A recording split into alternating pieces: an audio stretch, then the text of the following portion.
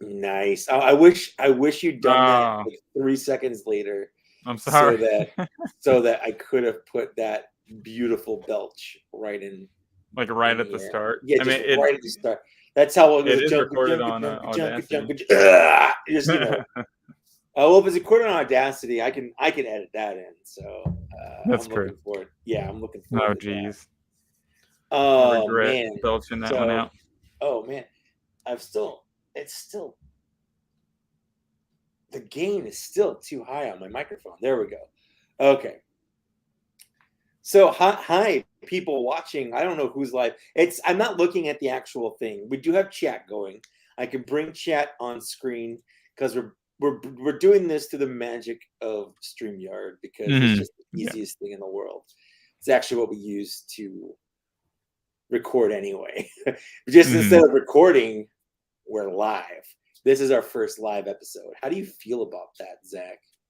I'm nervous now because now anything we say, people are gonna. We can't just edit it out. You That's know right. what I I mean? can't edit anything out. So So that yeah, could be but scary. I'm super excited. I'm ready to give away some figures to Patreon people. They deserve it. Wait, we're giving away Um, figures, Zach? Absolutely, you are giving away a Oh, figure, and I'm demanding I it of am. you. That's okay. Fine, fine. It's weird because you didn't even ask me to do that. I know. Yeah, we both kind of like off the cuff, like. I volunteered to do this. Here Mm-hmm. we go. We got our first chatters here. Mark and Lego Lover 117. Oh, It's look at the that. boys. Hello, hi. I sent this to a couple different people. Hopefully, and so people watching might not necessarily be from our Patreon, although I have the video, I believe, on our personal YouTube Mm-hmm. channel. So this Yeah, is our very first official video we're recording for our YouTube channel, although we have yeah, other videos privatized on it. And that is then true. yeah. So hi everybody. So can we get the pay? Do I have to exit full screen to read the comments? Yeah. I don't know. Maybe Like, comments. It should be on the side. I don't know yeah, what it looks like on yours. I only know what it looks like on mine. Oh, okay, I got you. Well, Mark, So Lego Lover, appreciate you there all you go. joining. Yeah, I can Early click on them and members. bring them up. Look at that. Boom. It's the Oh, look at that, boys. beautiful. And then Mark right there with that old, what is that? Looks like a F troop icon, something. Yeah. So it's Garrett. It's Garrett, Garrett. what's up? Go, Garrett. You're good, man. We actually added you into the list, even though technically Yep, I sent him a text like an you hour or two didn't ago. make it into the thing.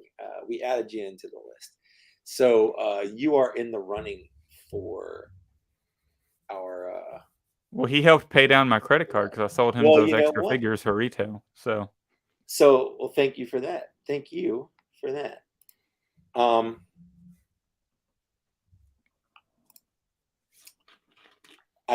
I'm missing. Where did it go? Nope. tell I'm forgetting her name, and I feel bad, but tell How dare you? your girlfriend I say hello because I met her Oh, at yeah, Pops Comics. oh, that's fun. I mean, yeah, I could go to his Instagram and remember her name pretty quick. I mean, you can if you want to. Did I close the window? Where did the window go? How is the window still open here, right here? But it's Hope. not Her name is me. Hope. How did I forget Look that? at that. How did you forget Because that? it's like a new That's hope. what You know what I mean? that's what rebellions are built on. Rebellions are built on hope. That's Just right. anything to help my credit card payment. Absolutely. We are not editing anything down here, by the way. This is how it's gonna be JT live. Marks is here. There we go, right there. But what do you think of Star Wars Celebration? We're serious. Hold on. She's pretty rebellious. I loved Star Wars Celebration. I did not go. Friday was the only day I didn't go.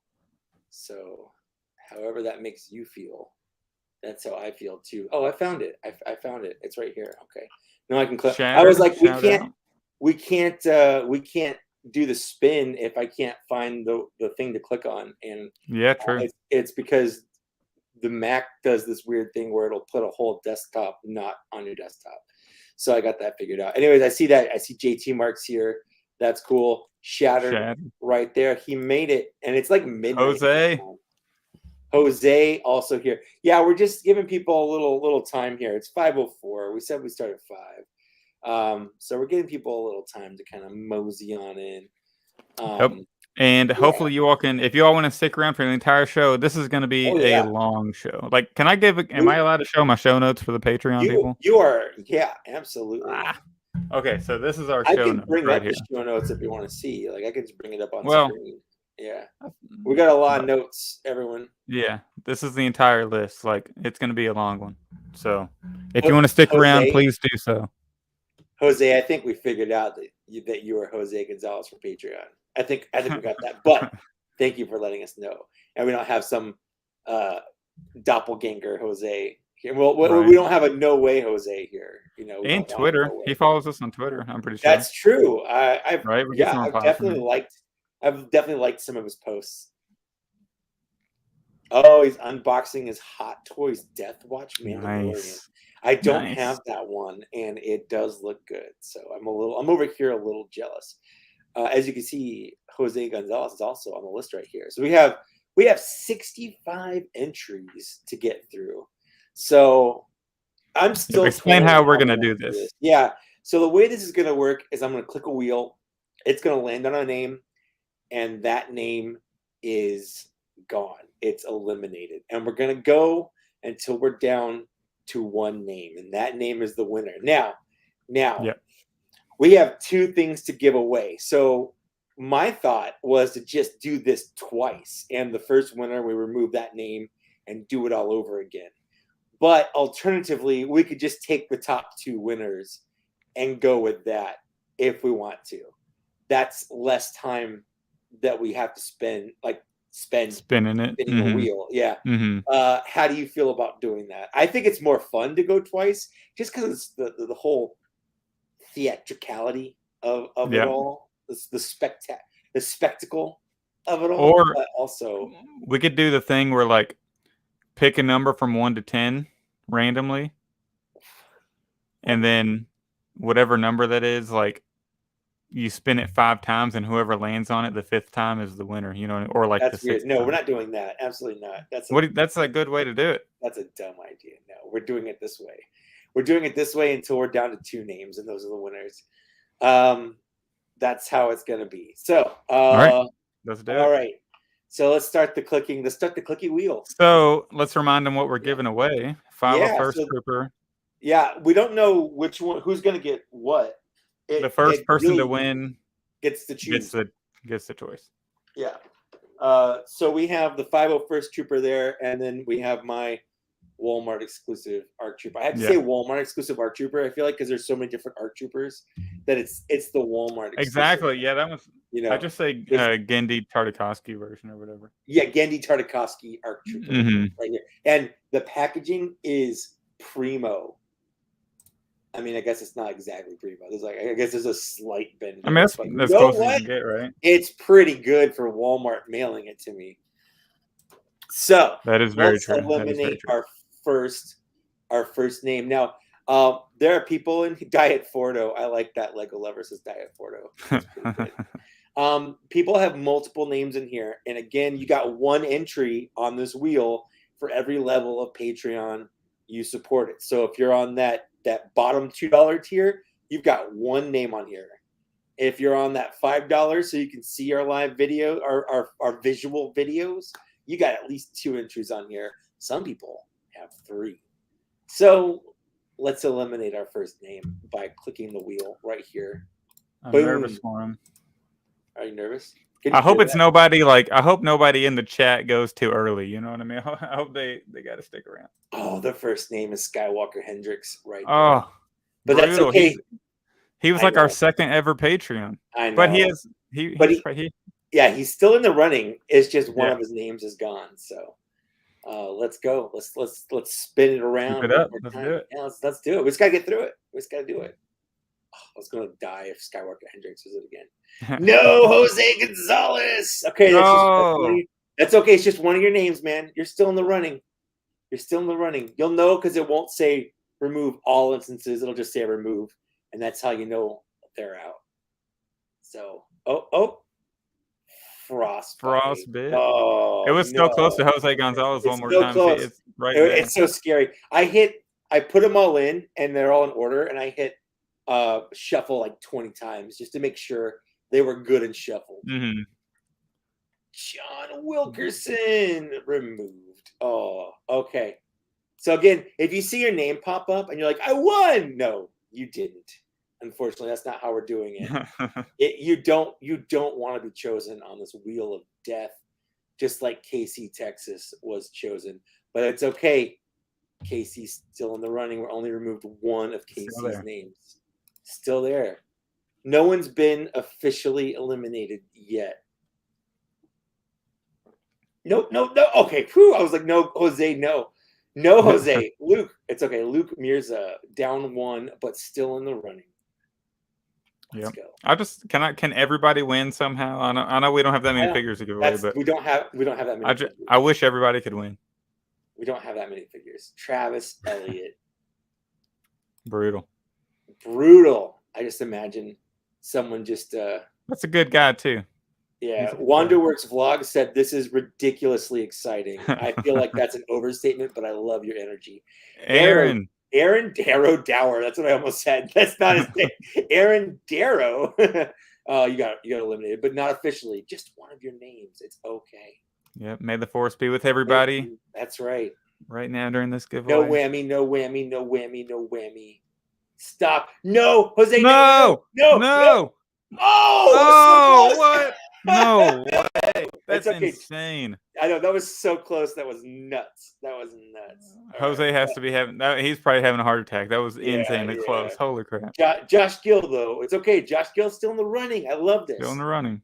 Yeah. We've done like 10 of these now, and no one's been eliminated officially. So that's good. It's one. They've already been called. Maybe Luke. Oh, Luke is officially gone. Luke Mirza. Off the board. Sorry, Luke. No figures for Luke. Maybe next time. You never know. Shattered says he's currently having heart palpitations. So does anybody in here, like, is there a figure that you all are like, do you all have both of these, or is there one you're hoping to get? Yep. One of the reasons why, that's a good question. Please let us know in chat. One of the reasons why I like both that we chose is they're army builders. Like, even if you got one, like who doesn't want another one? You know, they're exactly. both troopers. Yeah. JT Marks. They are the 501st Trooper. Yep. And the Clone Wars ARC Trooper from right here. Yeah, that one right there. The Gendy Tartakovsky Diet Fordo. Yeah. The first winner gets the choice. So if you're the first to win, you can pick either or. So if you don't have it, Clone Command, one of yours are gone. I'm so sorry, man, but you're still in the running. So far, we've only lost one person. Let's go. No whammy. Is it JT Marks or Bill Fryer? It's so close. It's Bill Fryer. Bill Fryer. Hair. One of your entries is gone, but not forgotten, and you're still in the running. I'm gonna keep saying that every time because I don't want someone to get heartbroken, thinking like I had more than one entry. Tim B. But Tim B's still in the running. It's okay. It's okay. I feel like we need some game show music right now. Josh Gill says it's 1 a.m. in the UK. Just got back from the pub after helping on a beer. Let's go. Yeah, look at that. Let's go. Let's go. Andrew Silva, you got chosen, which means your name is gone, but you're still in the running because you got more names, buddy. You got more names than just Andrew Silva. Let us know what they are. Jose Gonzalez says he doesn't have either, actually. Oh, that's great. So, yep. Jude Crab, you're down one name, but you're still in the running. It's okay. Drunk Star Wars is always a win-win. Drunk Star Wars is my favorite Star Wars. Katos joined late, so Katos joined late, but Katos. And what's your name on Patreon? I'm just curious because I don't have a Katos on. Jose Gonzalez, buddy. I'm so sorry, Jose. We apologize, Jose. It's not our fault. I'm so sorry. This is just the will of the force, man. You have been officially eliminated from the running, and I'm so sorry. So Katos, we're spinning the wheel. We're spinning this wheel. And then we're eliminating people. So the last person is the winner. Mark Knight, down one name, but not eliminated, still has a name on the board. Just burn me on the fire. That's good. That's good. We'll have the Force music playing as we do, okay? And we'll have X-Wings flying over with, it'll be like an Ewok celebration, 100%. Yeah, he'll be Darth Vader laying on the, 100%. Laying on the table. Definitely. Or would you like a Qui-Gon type burial? Or would you like a Padme type burial? Let us know. I want to know. But in the meantime, Kirby Brock, one of your names has been eliminated. But you're not gone. It's okay. Oh! Lance Muir Luke, no! He has 2 names, though, right? He has 2 names. He's good. Some people have 3 names, just so you know. Some people are here thrice. But that's okay. He's still in the running. He's just lost one of his lives. This is like a video game, basically. Mm-hmm. Yeah. It's Dink Chez. Oh, Dink Chez. One of our early ones. Yeah, one of our early ones right there. He said shoot him into the outer rim. All right. We'll shoot you onto the great unknown, baby. You'll be wherever Thrawn and Ezra are hanging out. JT Marks, one of your names are gone, but forever in our hearts. Is he out or is he's still in it? No, still in. Still in. I would make a bigger deal if he were out, man. Kirby. Brock. Oh, I think Kirby's one of those 3 people. So still in the running. Kirby Brock still running strong, but down to his last name, unfortunately. So are we going last 2 people on this one? I think we're going to do last 2. Again? I think we're just going to do last 2. Tim B is officially eliminated. Tim B is gone. Dunzo. So sorry. R.I.P. Better luck at the next giveaway, whenever that is. Yeah. All right.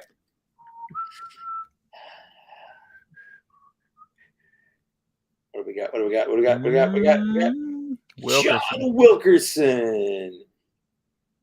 One of your names is gone, but not all of them. So you're still in the running. It's okay. It's okay. Travis. Elliott, are you gone? Travis is gone. Travis is officially out of touch. Out of time. You hate to see it. Oh no, Jeff Reno. Oh, one of your names is gone, buddy. Let's go. I think Jeff Reno was a last-minute upgrade. He went from $2 to $5. That just bought you an extra life, man. That just bought you some more time right there. Smart. Sean. Oh no, it's okay. He's got 2 names on the board. He's good. He's the guy that does our graphics. He does our Patreon graphics. He did this background we're looking at back there. He's done everything for us. Skywalker Hendricks is officially eliminated. Rest in peace. One of the early ones.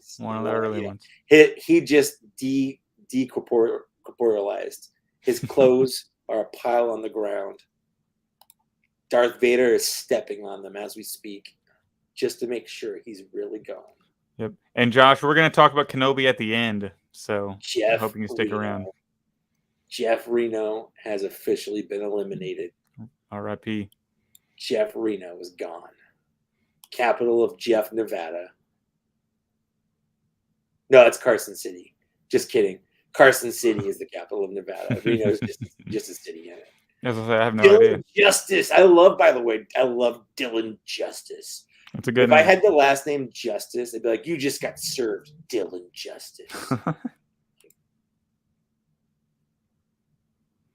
Also, full Kenobi spoilers going through everything. We will be talking sometime tonight. We'll be talking everything Kenobi. No holds barred. And even before then, we can just bring everything up that's going right. forward. Count cardboard. Count cardboard.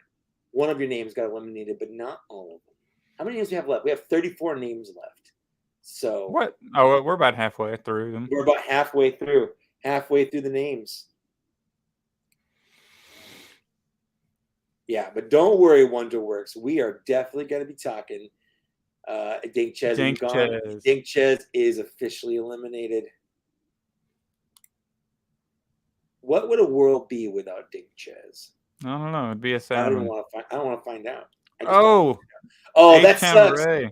Oh, that's why I didn't want to have names together. But unfortunately, that was just other names getting eliminated, putting you together. Yeah. That sucks. But you got more. You got more lives. You're good. You're still in the running, pal. He could have won both. No, we can't have. We're not having two winners. No, we wouldn't have. No, No, not we two wouldn't winners. do that. Tom Hill, one of you is gone, but not all of you. We're still going. We're still going strong. Was it Garrett? Garrett. No, it's okay. Garrett, you're still going. You're still going, buddy. You still got one, right? Yep. Yeah. He's still got one. Is it you grab? Is it or JT Marks? Oh, it's so close. JT Marks. JT. JT. That's one of those that like ends like right on the line, and you just have no idea. It's so like soul crushing. You're like, oh no. Yeah. That Jose one earlier was insane. Where it almost eliminated him. I'm still reeling from legendary that one right there. Yeah. Screams in Darth Vader. God, that episode is brutal. Brutally amazing. I'm brutal, physical. Is Caleb gone? Caleb. Caleb is gone. Caleb's officially eliminated. I like that my camera decides sometimes to zoom in with. It's so weird. Like it's throwing me off a little bit. I like it. Dramatic zooming. BA47. It's okay. Still in the running. We're still good. We do need a young Anakin figure. We do need a young. I want a deluxe with the pod racer. Agreed. KC, Texas. I have words about the possibility of a pod racer when we get to the actual show. Okay. Okay. Good tease. You didn't text me this. So I didn't text you a lot of stuff because I was I had a real good long conversation with Eric, and it was a fun conversation. And I still thought of things to talk about afterwards, but I didn't want to take all of his time. But I could have talked to him literally all day. You know, he can join the podcast, and if he wants to get all his thoughts out there. 100%. Casey, Texas, unfortunately, you are out of the running officially. The wheel's getting bigger, or the names are getting wider. Yeah, the names are getting bigger. Yeah, absolutely. Can you see how many people we have, like, in the chat? It's not showing. We have 8 people watching right now. 8. Nice. Yeah. Oh, Frostbite. You are. Oh, wait, it is Frostbite. The 3 is an E. The 3 is an E, yeah. You know how long I've said Frostbite in my head? Yeah, what's funny is I got 3 of these, and he was the recipient of one of them because he wanted to do a custom. So it would have been funny if he got the other one. But he's not. Oh, so you're the reason I wasn't able to get one. What? Got 3. I got 3. No, I'm just saying I do have one. I was just being sarcastic. You know when people see with people with like 5 troopers are like, "Oh, you're the reason I could never." You're the reason I couldn't find one. Yeah. Luke. Luke, no. That's it. He's out. Landspeeder Luke is out. See, that's why we're not playing favorites. You know we're not, because Landspeeder Luke is a favorite. 100%. He was our second patron, and he was on the $15 tier for a while, and that was before we lowered it to $11.38. That's true. So. Who's it going to be? It's Kirby Brock. And Kirby Brock is officially gone. All right. We're going. I feel like most people who are in the chat are still alive, right? Except for Jose. Well, not Jose. That's for sure. Not Jose. H-Town Ray. It's okay. He's got one more in there. He's one of the 3Bs. So that's that extra couple bucks right there. Yep. And remember, we have 2 figures to give away. I know everybody knows that, but so if you're still in it, your odds are getting a lot better for winning something. That's right. Oh, no H-Town Ray! No way! 2 in a row! Man. Oh, no! No way! Oh, I feel so bad. I feel so bad, but that's also funny as hell. It actually is pretty funny. What are the odds? That is awful. What are the odds? That's a great question. The Walgreens 212 did go up. I didn't get it because I was able to get it from Nigel from Canada. And I already we have both had one. Canadian hookup. So. Yeah, I just feel weird buying more than one. Sean's out. Gone. Sean is out. I'm so sorry, buddy. That's how you can tell we're definitely not like rigging this for favorites because Luke is gone and Yeah. And he's been on the show, and Sean Yeah. does our graphics, and they're gone. Sean's actually like one of our friends. Yeah. So we got 20 names left right here on the board. So this is top 20 right here, down from 65. So if your That's name's awesome. still on the list, you're sitting pretty good. You know, it's funny. This is funny. Donnie here. Donnie is a onesie. He's our only $2 tier, and he's still hanging on strong. Yep. So I hope I didn't just jinx him. I hope I didn't. We have no control over this. It's going to be him right here. This is all randomized. This is him right here. Nope. Yeah, it was close. It was close. It was close. Is it Josh Gill? That's Josh okay. Gill. Josh is still in the running. All right. He's in the chat. I'm glad he's still alive. Yeah. Thank you all, everybody, for joining. This is fabulous. This is Wonderwork says this is a great way to draw out the competition. I agree. Yep. It's more. Mark Knight is officially eliminated. It's kind of anticlimactic just to put all the names in there and just pick one, and you're like, that's it, that's the winner. Okay, everybody, bye. Yeah. Like this at least has like, I don't know. There's an extra level of just kind of fun. It's like intense, like exactly. it's intense right now. Yeah. Do we have anybody with 2 names up there still with 2 entries? I'm not. Mark Karp. Mark Karp. Oh, his odds are pretty good. Yep. And Chen Razi was another one. So Chen Razi just got chosen, but Chen Razi, which still actually sounds like that's a good Star Wars name. It is. I could say, oh yeah, one of my favorite character from the next episode of Obi-Wan is Chen Razi. Yeah. Katos, what's your name on Patreon so we know who you are? Because you're still in here, but I don't know a name. I have no idea what your name is on the board. Oh, Jim Mason. Jim Mason. It's okay. Jim Mason's had multiple names. We're good. Yep, he's got another one up there. Oh, it's Aaron. Aaron. Oh, okay. Aaron, okay. Yeah. Still. Yep. Oh no! Don't be Jim Mason. Oh no way! Are you serious? That's happened twice. Are you crazy? That is brutal. Yeah, that is brutal. Jim Mason just got double KO'd. Man, what an awful way to go out. I wish I had that soundbite. KO every time. Count Cardboard, you are officially eliminated. I'm so sorry, buddy.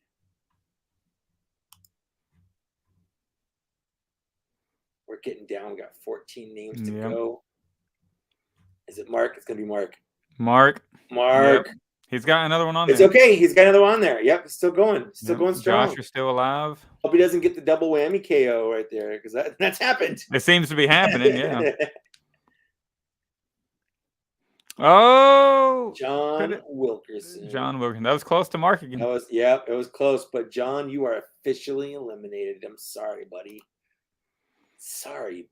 So we don't have anybody with double names left. I don't think so. I think it's all down to just one per. Tom Hill. Everything's going to be an elimination now. Tom Hill. Yep. I feel like Mo from The Simpsons are in the Bachelor auction. Kinda. Who is it? Is it Chen Razi? Is it Chen Razi or BA40? Chen Razi. It's so close. Chen Razi, you're gone. I'm so sorry. All right, we are down to our top 10 names here. We got 10. Donnie. Dude, Donnie's just been hanging on. Right? Yeah. Look at that. The underdog, right? Right. One of the underdogs still left. Good crab. Oh, gone. You hate to see it.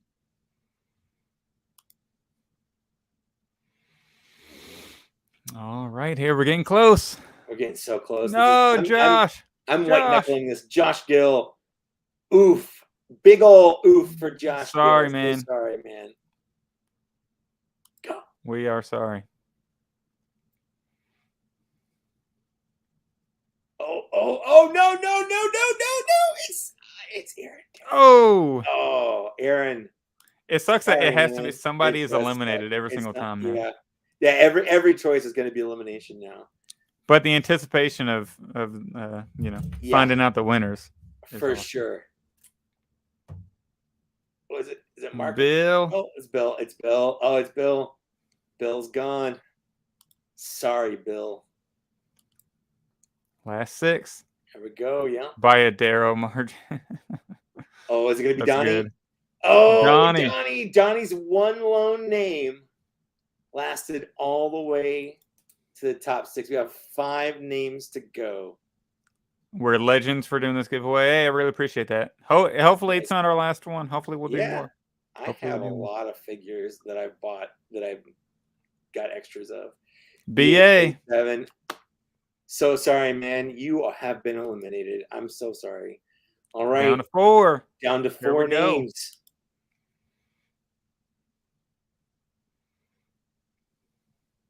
Oh, it's Garrett. It's Garrett. Oh, I'm so sorry. I'm so sorry. We apologize. If he would have won and picked the 501st Trooper, I could have just met him. You could have just got it. Yeah, just giving it to him. Yeah.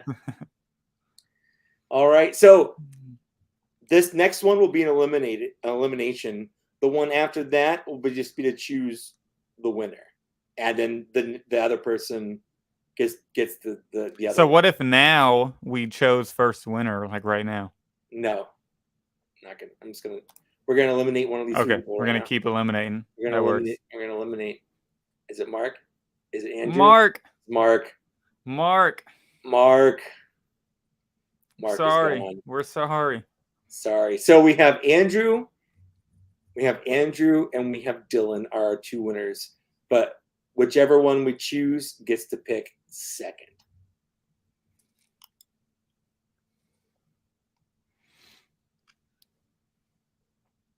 Dylan is the second winner, I guess. So the winner, I'm going to leave this here. The winner is Andrew Silva. Andrew if you're Silva. In chat, if you're not in chat, it's cool. We'll send you a message on Patreon. Let us know which one you want. Dylan, you get whichever one Andrew didn't want. So that's it. That's been our giveaway. Thank you, everybody, for joining. Justice is served. Justice is, and that took about a half hour. So we're definitely not doing this twice because I don't have an hour to do this, frankly. Correct. Yeah. So that was fun. I had a lot of fun doing that. We'll definitely do this again. Yep, absolutely. And Andrew is a good one to be on there. He was our second Patreon member, and then Lane Speeder Luke was our first. So of course everybody was on there, but since Andrew's been one for a long time, so yeah, it's good to have somebody who's been in there for a long time since like day 1 or day 2. Been there from the beginning, so we really appreciate it. And then Dylan, he's a relatively new Patreon member. He joined in May, so that's great. Yep, Dylan, so we really appreciate it. Time. Lucky you. All that advertising we did, right? Chicken dinner. That's right. So we're not going to spend any more time with Patreon only talk. The rest of the episode is going to be the main show. And while you get to sit here and watch it, you can also, it'll be up on our Patreon, which you can go back and rewatch it. If you guys got a bail or whatever, you can come back and rewatch it later. Yeah. Or you can head out, come back. We'll probably still be live. We're going to be here for a long time. Thank you so much for being with us. I'm just checking. Okay, we have to take a short break, and Zach knows why. Oh, so awesome! I'll entertain him. Yeah, if you need to get some water or whatever, now's a good time. But when I come back, we'll start our show proper. You guys will be here. Yep. We will interact with you, but don't expect it a lot because it's going to be a show, Yeah, just like a standard podcast. It's going to be a normal podcast episode, but you're going to be listening to it live. And if you have a question or a comment, you might be in the show. So it'll be fun. Yeah. Anyway, I'll be right back. All right. So I do have a question for you Patreon members who are sticking around. We're kind of thinking about, it's not official yet, but we are kind of thinking about doing this kind of thing like for every show. Not a giveaway. That'd be too much. But like giving you all the option to listen in live. If, like we don't even have to have anybody, but we'll give you all the option to listen in live. So if you all are interested in that, like it would be every other Thursday at, I guess we'd have to set a time. We might do that, but we're not sure because like the cons of that are, so we would have to set a specific time, every other week, and to give you all enough notice to join in. But so that's something, if we get enough like interest from you all, you Patreon members, then we'll probably do it. But we're not sure because going live, you got to set like specific times. But honestly, maybe we could probably still just like, if me and Mike text like, hey, we got to push it back an hour today or whatever, then just put up the live stream and just say, we'll go at 6 or 7 or 8, whatever. Kirby says he's in. Awesome. Okay, Mike is back. Mike is back. You're muted.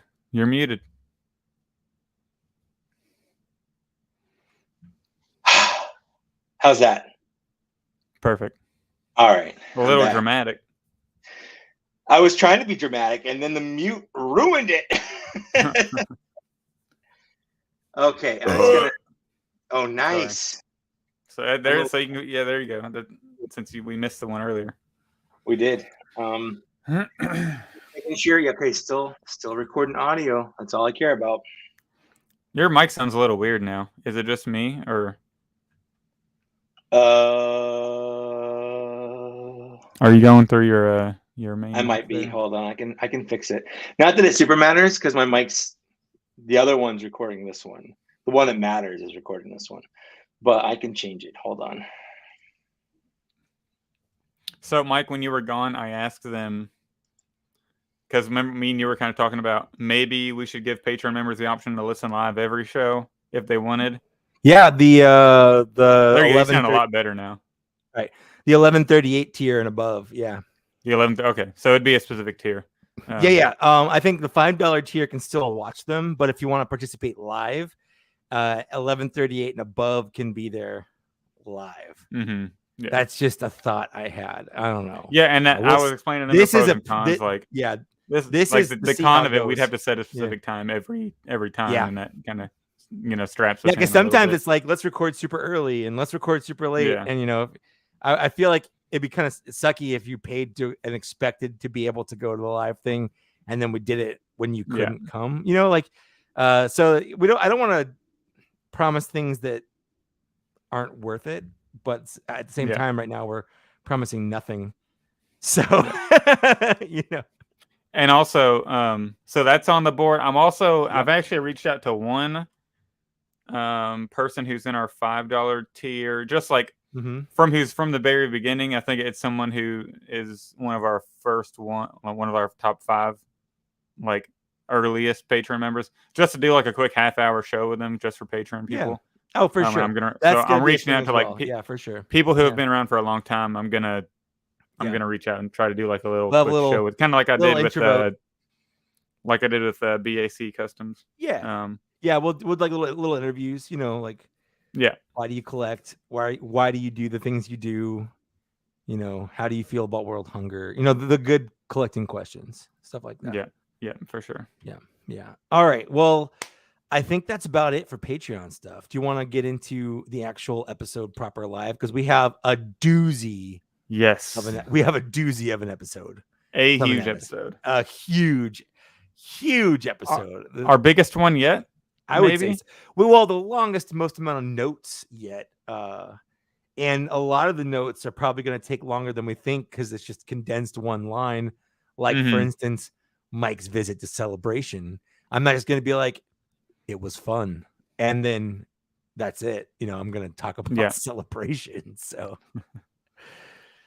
let's get into it with that intro music. I don't know. The intro music's probably gone by now. I probably started this back when I was asking questions. Yeah, that's true. I don't know how I'm going to do this, man. I don't even know what I'm doing. People think I know what I'm doing. No, they probably don't. Now that I think about it, no, I don't think anyone thinks I know what I'm doing. Sometimes I don't even think you know what you're doing, if I'm being honest. I don't even think I know where I am, like physically. So welcome to Black Series Cantina, episode 21. We are live for we are Patreon members.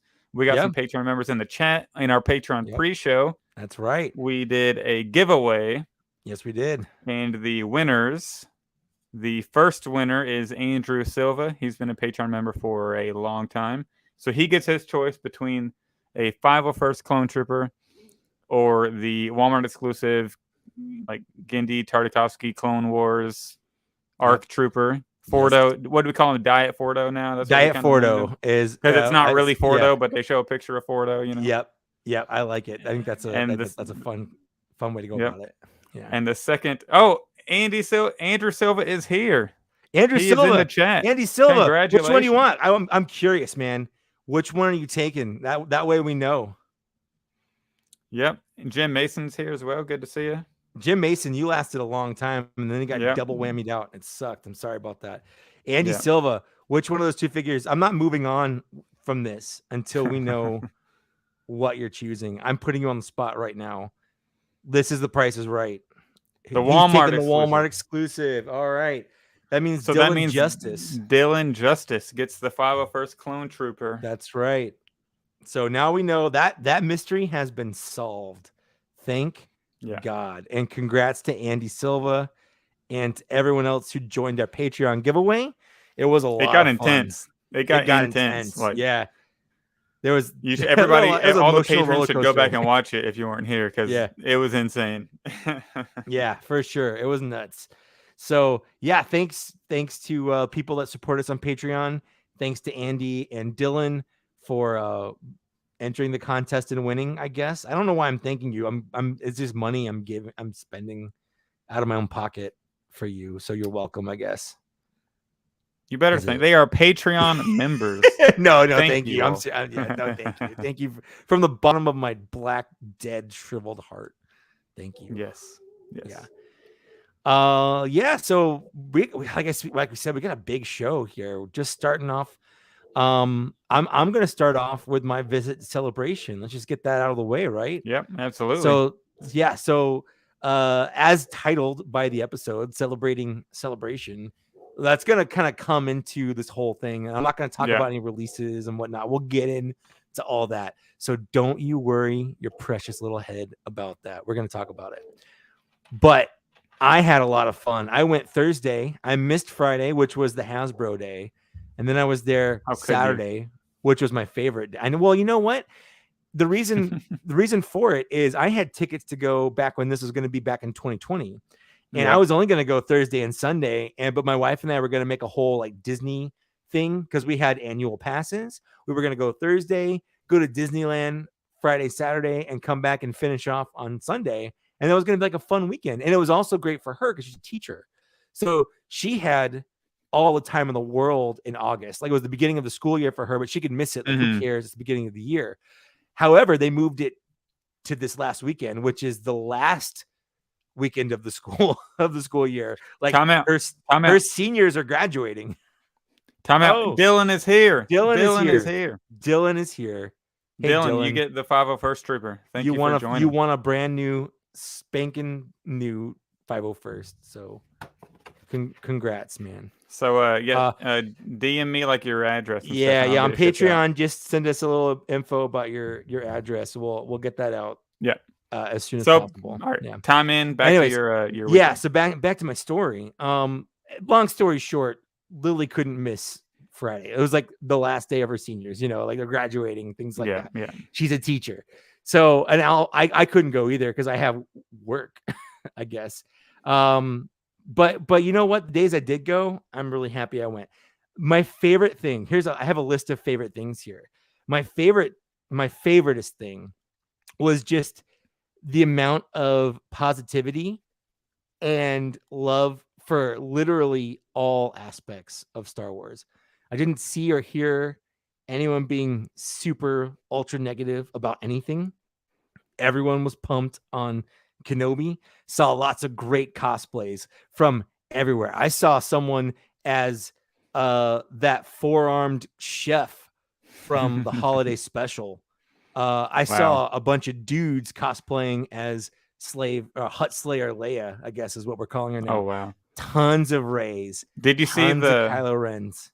Did you see the person who they did the Rock from High Republic? Geode. Yes. Geode. Did you see I that saw it. cosplay? I did see Geode. I actually went to the High Republic panel. I didn't go to many panels, but the High Republic panel was one I went to.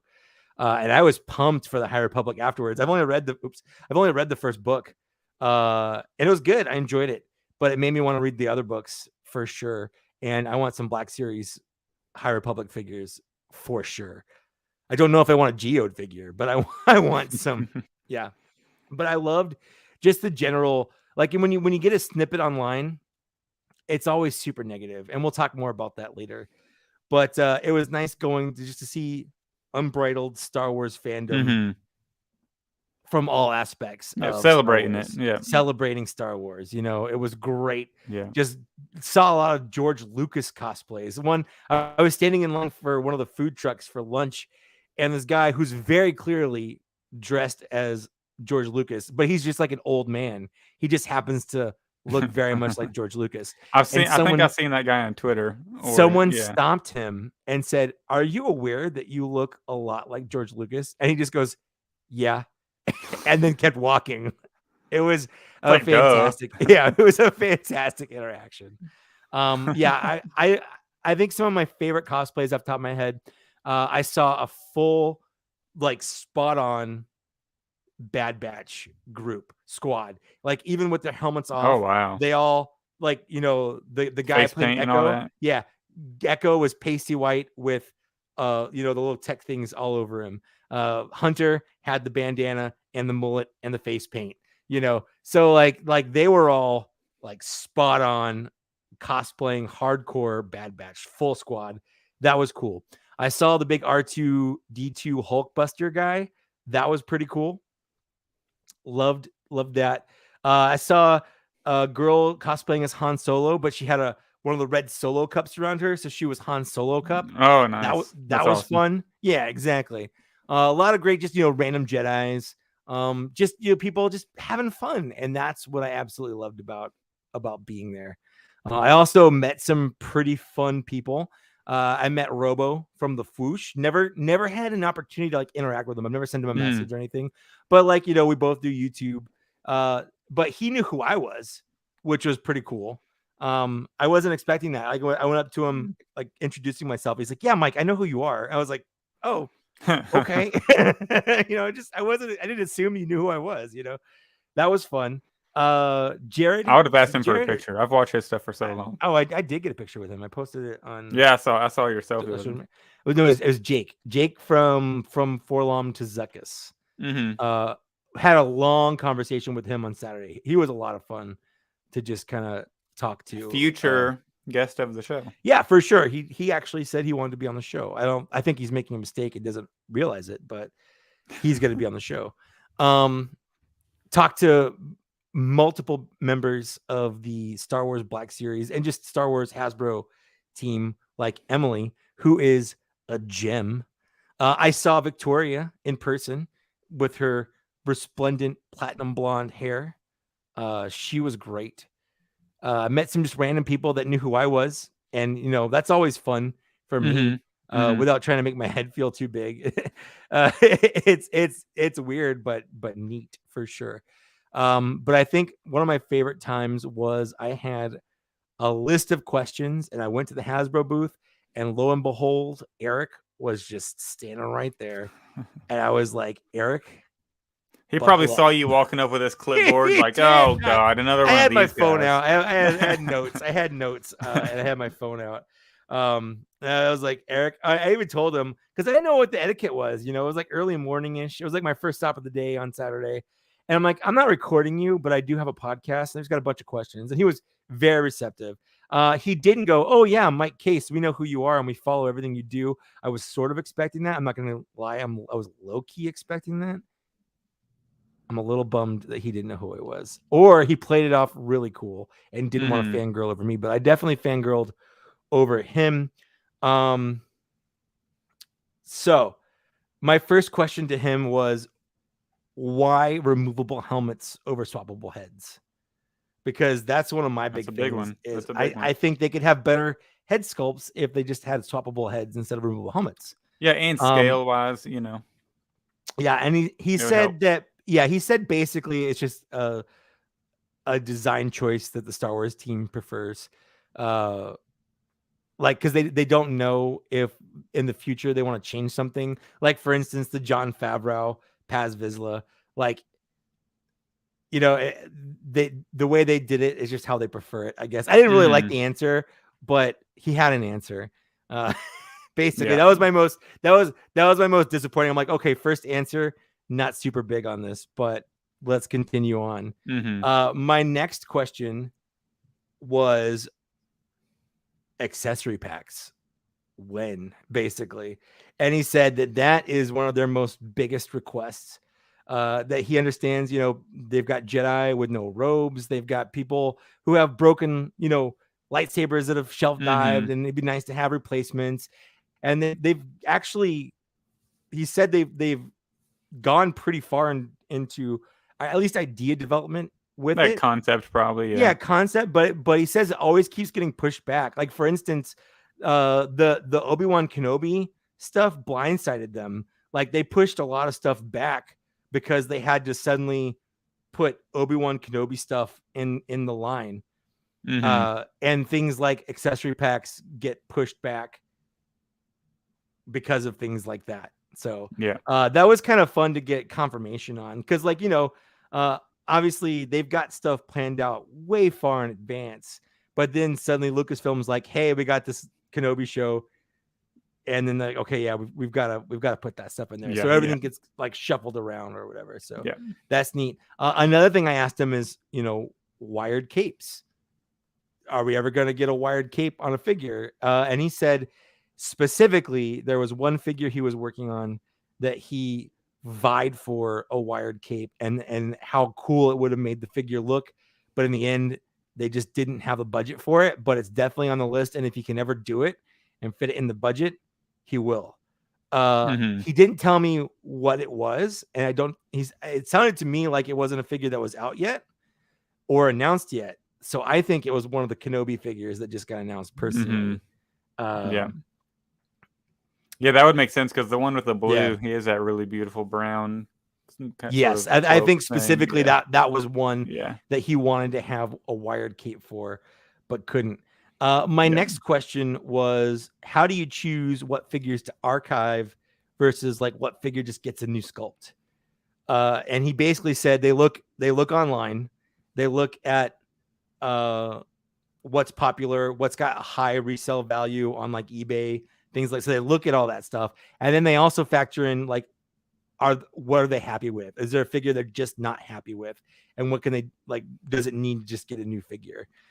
So for instance, he brought up the upcoming Luke Skywalker, you know, and I'm like, yeah, that thing's been released like 5 times since 2014. And he said, yeah, it was high time for a new Luke Skywalker body, basically. The only thing I'll say about that is, like, I feel like the Skiff Guard Lando just flies in the face of that. You know what I mean? It doesn't sell for high online, and it didn't need to be. I didn't ask him specifically about that, but that was locked and loaded in the back of my mind. That's the problem. When I'm there, I had like all these things, and I had notes, but I still forgot to talk because it's like it's just happening so fast, and there's so many people around, and whatever. He's got like a job to do, but you know, whatever. And you can tell, like, with his answers, like they aren't necessarily the ones making the decision. He's not. They present it, and then there's a couple of suits that say we're doing this, this, this, and this. So a suit, you know, an executive suit. It comes down to the bottom line, basically. Yeah, they definitely said, you know, throw something like throw the Lando in there, you know, because he said he's pushing for this stuff. He's pushing for the accessory pack. He's pushing for the wired cape, but it gets turned down or pushed back or whatever. So it's not necessarily the Star Wars team making that. No, it's definitely not. And that actually goes to my next question: is like, why do we get army builders that are like Walgreens exclusive? Like, why do you make it hard to buy figures that people will want a lot of figures of? And he basically said, on some level, the people that do exclusives, like the retailer, gets to choose. So they'll request an exclusive. Oh man. So the retailer will request an exclusive, and they'll give them like a list of like, we can do these figures, and the retailer gets to choose which figure is going to be exclusive. And specifically, he said Walgreens likes troopers because Walgreens troopers sell. Yeah, like if you get a clone trooper and it sells out, of course the suits at Walgreens are going to be like, oh, let's do that again. Correct. You know what I mean? Correct. So basically, because they're so popular, Walgreens just sees money. And on Hasbro's side, like they're just selling figures. When they're doing exclusives, all their figures are sold to that retailer. So if they it's up to the retailer to send that out. Exactly. So if they say, okay, we'll make this exclusive for you, but you have to order like these 50 or 60,000 troopers or whatever, like that's just for them. That's just ka-ching, which I get. But he knows that it can be, he placated me a little bit there. I know it's frustrating and it can be frustrating, but that they're working with the retailers to have higher quantities for figures that are more popular, basically. And real I did quick, have a Josh. Yeah. Josh says, in that case, Anakin needs an archive. Anakin's already been archived. That one also sells high. What they need to do is put him in the main line, new face, hopefully new body. They needed to do a whole new Anakin, and hopefully with this Obi-Wan show, maybe we'll get one. But that Anakin body needs a brand new body for sure. If they release that again, Hasbro, don't release that again. I like that my camera keeps slowly. I know it throws me off so much. I might turn that off for the next one because it's kind of throwing me off too. But I do like it's like a dramatic kind of zoom. Yeah, like dramatic comes in and then fades. And I had a couple other questions, but I skipped them because the one thing that I liked about talking with Eric is it's very clear he's just a fan. Like his job is to do this, but he does it because he genuinely loves this stuff. And a lot of the answers had tangents and things like that weren't really part of it. But one of the things that we did talk about that went into a bunch of different tangents is I asked him, is the hyperreal line dead? Because I was curious. Oh, that's a good one. That is a good question. And he said he cannot comment on if a line or anything like that is dead, but he can say as of right now, they're not actively seeking more development in that line, that it was more of an experiment and one that didn't do that well. Yeah. But that led into things like, okay, I mentioned the Rancor briefly. I told him that I was an avid backer of it and that my friends were, like you and people like that were. But I asked, what about vehicles? And he said, it's not looking too good for vehicles right now, specifically because of the people that see a vehicle and then they wait for it to be discounted and they only buy it when it's on a discount rather than for the price they put out, which is the price they have to put it out for it to make sense. And since they're not that popular, it's basically killing the vehicle line in the 6-inch scale, because specifically they really, when they do a vehicle, it's got to be like 1-to-1 perfect. Yeah. And like with the snow speeder, he really wanted to do things like electronics and lights, and they actually worked on getting electronics and lights into there. But because you have to ship it mostly, assembled and stuff, it would have made it heavier. It would have made it a lot more expensive. So they had to cut it to keep it to a price point they thought was doable. But then also it still didn't perform as well as they wanted, basically. Yeah. So for the people that are like, oh, that's cool, I will wait for it to go on clearance. Unfortunately, that mindset is killing the line. So if you enjoy it, stop it. Stop it. Basically, this is a paid promotion by Hasbro. This is not a paid promotion, but I could tell on his face how like kind of hurt he was, because I think he genuinely wants more stuff like that. In the Black it's probably really line. cool to work on that stuff. Yeah, for sure. He said there's so much stuff they've worked on that he can't talk about that will never see the light of day because of things like that not performing very well. And Eric, if you're listening to this, buddy, thank you for talking to me. If you ever want to be on the show, hit me up. I want to say you know how to find me, but I don't know if you do, but it's on there. If you're listening to this, you can find it. Anyways, so that was most of my conversation. It was a lot of fun. I even had a conversation with Patrick.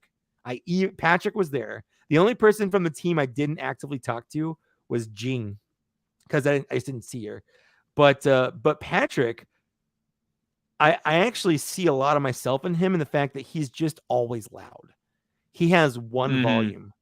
And if you're standing right next to him or 10 feet away from him, that volume is Patrick. And I appreciated it because I'm kind of the same way. But I could tell that, well, you know, I didn't get the same level of vibe of like Star Wars fandom that I did from like Eric. I could still tell he cared about the line, and I asked him, like, how do you feel about like the overwhelming like negativity? And he's like, well, you have to realize that basically, like we'll talk about many times today, the negativity you see while loud is a vocal minority. So, you know, I told him basically, you know, I think that they're doing a decent job. And I'm sorry that he's getting a lot of undue crap from people, I think. And you know, he thanked me, but I didn't want to brown nose him too much, but it was hard not to, because like I'm like, this guy makes something I love, you know. And it was hard not to see it that way. Like, I love Black Series. This person makes the line that I like. So, but I still, you know, I didn't want to like be like, Patrick, you suck. Hi, Eric, I love you. You know, I wanted to at least be a little positive. So I tried to spin it a little bit more positively. But I did get some pretty good answers. I did think of like 5 more questions. Yeah, I think so. I thought about, but there. You don't want to be that guy, you know. I didn't think about him when I was there, and yeah, I didn't want to be that guy chewing their ear off. I wish I would have asked like why they do the shiny heads now instead of the more matte heads, but it was way too late. I did ask what number the fourth sister was, and Eric said he didn't know off the top of his head, but he thinks it's higher than the Grand Inquisitor. And then I asked if the Obi-Wan intentionally looked like Ralph McQuarrie, and he said no, that they just made it like the Obi-Wan. And if it did look like Ralph McQuarrie, it's just because Ralph McQuarrie drew it that way, basically. Yeah. Yeah, so we had a Black Series Cantina boots on the ground at Celebration. It was a lot of fun. There we go. Yeah, I had a lot of fun. It was a good time. Very tired, but it's over. Oh, yeah, that's a lot of walking. It was a lot of walking. Yeah, and you went on Instagram Live. I popped in that for a bit. Just I did. Asking about I wanted to give people, I wanted to give people like this is what it's that was really cool. So I appreciate you doing that. We did the Mandalorian experience, which actually that was cool because that was the first time since the Mandalorian has come out. There hasn't been like a big event. There hasn't been a Comic-Con basically since the Mandalorian has come out. So this is the first time anyone is really seeing a lot of the stuff in person. So they had like the actual screen use costumes. They had a life-size in-one Naboo fighter there. They had a bunch of like little blasters and like Grogu's little chainmail. They had Yoda's lightsaber. It was really cool seeing all this stuff in person. That was a lot of fun to go through the Mando experience for sure. That's really awesome. Yeah. And whenever you are on Instagram Live, like looking at all the Hasbro figures and that was really cool to see. I wish I could have been there and walk around the Hasbro booth. I can answer that, Andy. Actually, I can answer. Andy has a question. He'd like a better answer than they gave during the panel as to why it takes so long for the videos to come out. The answer is reuse. Part of it's reuse because they do have those standard bodies. But the answer really is Lucasfilm. Lucasfilm versus Marvel. While Hasbro is one entity, and Lucasfilm and Marvel are both owned by Disney, the way they interact is separate. Is different. They're not. They don't have the same rules. They don't have any of that same stuff. So Marvel Legends and Marvel can work together and be like, "Hey, we got this movie coming out. Let's have a whole line and let's do it." Whereas Lucasfilm plays a lot of stuff way closer to the chest than Marvel does. So the answer is the difference between Lucasfilm and Marvel, basically. Yep. And Marvel reuses the same bodies for the most part. Yeah. And it's like most of it's kit bash that I've noticed, and like talking to you and like jumping into it. You know, it's a lot of it's kit bashed and And I mean, Star Wars, they do that too. Like they reuse doing it more and stuff, but they've been doing it more. But it's but for the most part, mainline figures these days are new, for the most part. So like 80% new, 70% new. So I think that's why. And then we get a lot of these like gaming greats reuses all the time and stuff. Yeah. But for mainline, mostly we get mostly new figures. Yep. Cool. So I think that's it for Celebration. It was a lot of fun, but we'll talk a lot more about it. We're not done talking about Celebration because there were a lot of things announced, but we're gonna move into our fine editions. Let's do it. You wanna go first? I'll go first. I'll go first. Let me make you big for the people watching. Oh, that's you. That's you. Okay, there we go. Yeah, I gotta hit the button. It just made someone big. I don't know. Perfect timing today. I got this in the mail.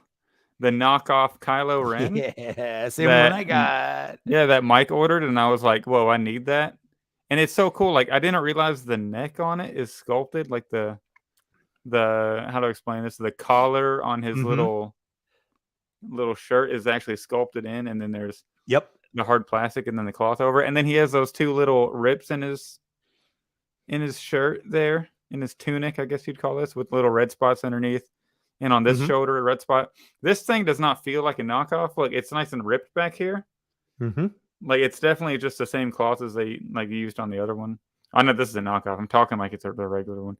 But I mean, I honestly, with mine, I couldn't tell the difference. Yeah, I can't. Like the rip back here, really awesome detail. The knees, the legs are a little stiff, but other than that, it's really awesome. I love the scar. Like, I could not, if you just handed this to me, there's no way you'd be able to tell it's like not a knockoff. Absolutely. Or no way you could be able to tell it is a knockoff. Absolutely. So really excited. And I got that for like $8 shipped from China or something. $8 or $10. Like, that's an absolute steal. And like, what are the odds it delivers today? Whenever I'm doing whenever we're recording a show. Wonderworks Vlogs. Hit us up on Patreon, and I will give you a link, or on my Instagram or something like that. I'll send you a link. Yeah. And then I got the George Lucas Stormtrooper this week. Yes, I got 2 of them, actually, and then the other is in the mail to the other person that is on this podcast. Yes, it is. I'm so excited. So, did you cancel your other pre-orders just so you don't? Yeah, I did. Absolutely did. So yeah, I was, wanting to get, one to rock, one to stock, but I have another one on pre-order. So I was like, well, I'll go ahead and get this one to Mike, and then I'll wait for that one pre-order from Big Bad Toy Store on the. Thank you. Yeah, it's been on pre-order forever. Exactly. Forever. So I'm gonna open this. Is one that GameStop? And then I have the. Was that GameStop that you got it from? Entertainment Earth. So I'm really excited to. I paid a lot though. I didn't realize how expensive shipping was for these two. Yeah, so I ended up paying it was $72 for both of them. I was like, are you kidding me? Like, they charged me $14 to ship the damn thing. So damn. So I got, yours was 25, and then so I did 25 and then 6 for shipping. So 31 what's 72 minus 31? I paid, a shit. I'm trying to keep this PG. A lot of money for this George Lucas, like secondary market price. Even though I pre-ordered it, but no complaints. It's still really cool. It doesn't look a lot like George Lucas, but it looks enough like him. So yeah, I saw it in person at Celebration, and I didn't think it looked a ton like George Lucas. Like, it looks enough like him. You can tell what they're going for. Yeah. But I didn't think it was a very good likeness. Yeah, I feel like it looks enough like him whenever he was filming like Attack of the Clones and Revenge of the Sith. It was definitely like a early thousands Lucas. Yeah. So hopefully one day we get, like a Stormtrooper with the black. I love that. The black hair, like this from 77 or whatever. But yeah, that's all my fine additions. That's just those two. Yeah. Okay. Nothing too crazy. All right. Well, I got some more stuff here, so I guess. We'll get non-Star Wars stuff out of the way. I got some Marvel Legends. Every time I say I have Marvel Legends, I know. I give you crap for it. So it's because I'm booze in the chat for the Marvel Legends figures. Yeah, I need some booze in the chat. But I love this. The VHS is cool. For the people listening, these are the Wolverine and Jubilee X-Men animated series. So the boxes look like VHS tapes, which is cool. And I haven't even opened these yet. I have no idea what it's like inside. They've been sitting here on my shelf in their VHS tapes because I love the VHS look so much. So that's one. Yeah, that's those are one sick. thing. Those are sick. I thought about pre-ordering like the X-Men, but I was like, no, I don't need that. I never even watched X-Men or anything. So the next thing is this was on sale, the Hondo Onaka on Target for like $12 or $13 or whatever. And the one that I got from my Disney 3-pack has a skewed hat, like it's glued on sideways. And I know I can fix it. I can heat it up. I can fix it. But I was thinking, that's effort though. For $13, I'd rather just order a new one. The problem is this one also has a skewed hat. It's the same skewed hat. So I don't know if that's in all of them and they're all skewed, or I just got unlucky twice. The next one, no, none of these are new. So these are all just things that have come out before. I bought a Gamorrean guard while I was this is the only thing I bought like from Celebration. I went to the Dork Side booth. That's where Robo was working. It was cool seeing him. But I'm like, I want to buy something from Dork Side Toys physically. Yeah, that's cool. That's cool. Yeah, I order so much stuff from them. I just kind of wanted to buy something from the people that work there.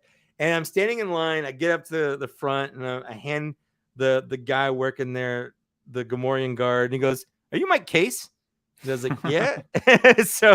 So Eddie, if you're listening, hey man. I think it's the owner of Dorkside Toys knows who I am, so that was kind of neat. Was there a Celebration upcharge on a lot of figures?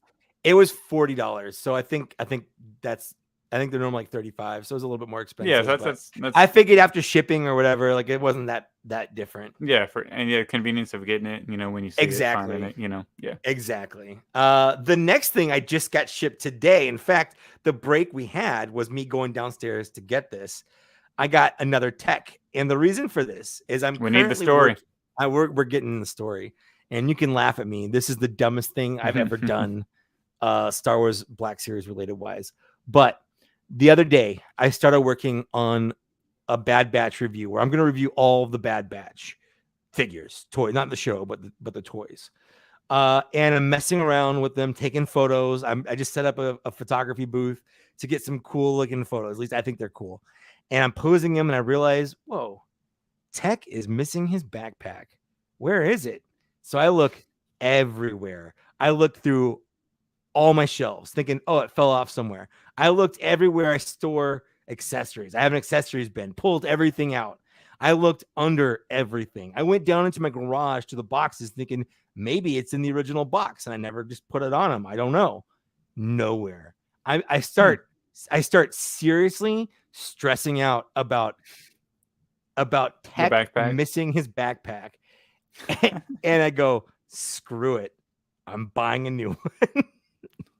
So I have 2 techs now and 1 backpack.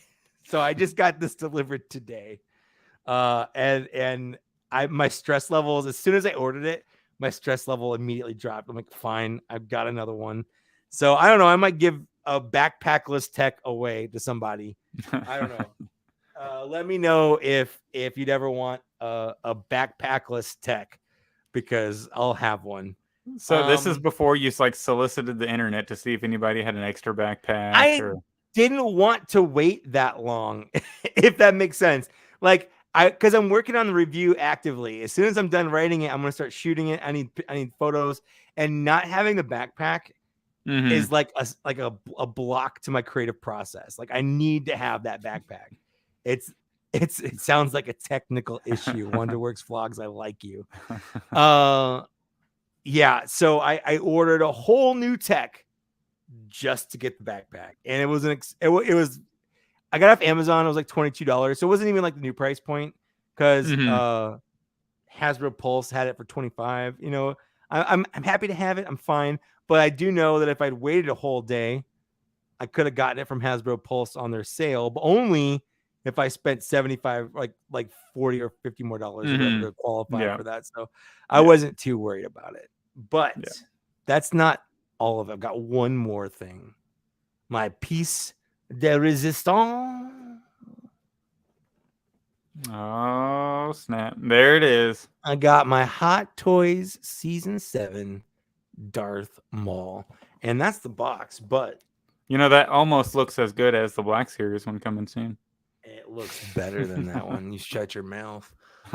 And it better for the price point. This is it right here, Bubby. This is him. That is insane. It looks real good. His eyes are articulated, so you can give him goofy eyes if you want. You can make him look left. You can make him look right. His clothes come off, so you can do whatever you want. I got his. Look at how long this stupid lightsaber is. Like, yeah, that's awesome. It's too long. It's too long. I don't even know like where to put him on my shelf because like he takes up so much room.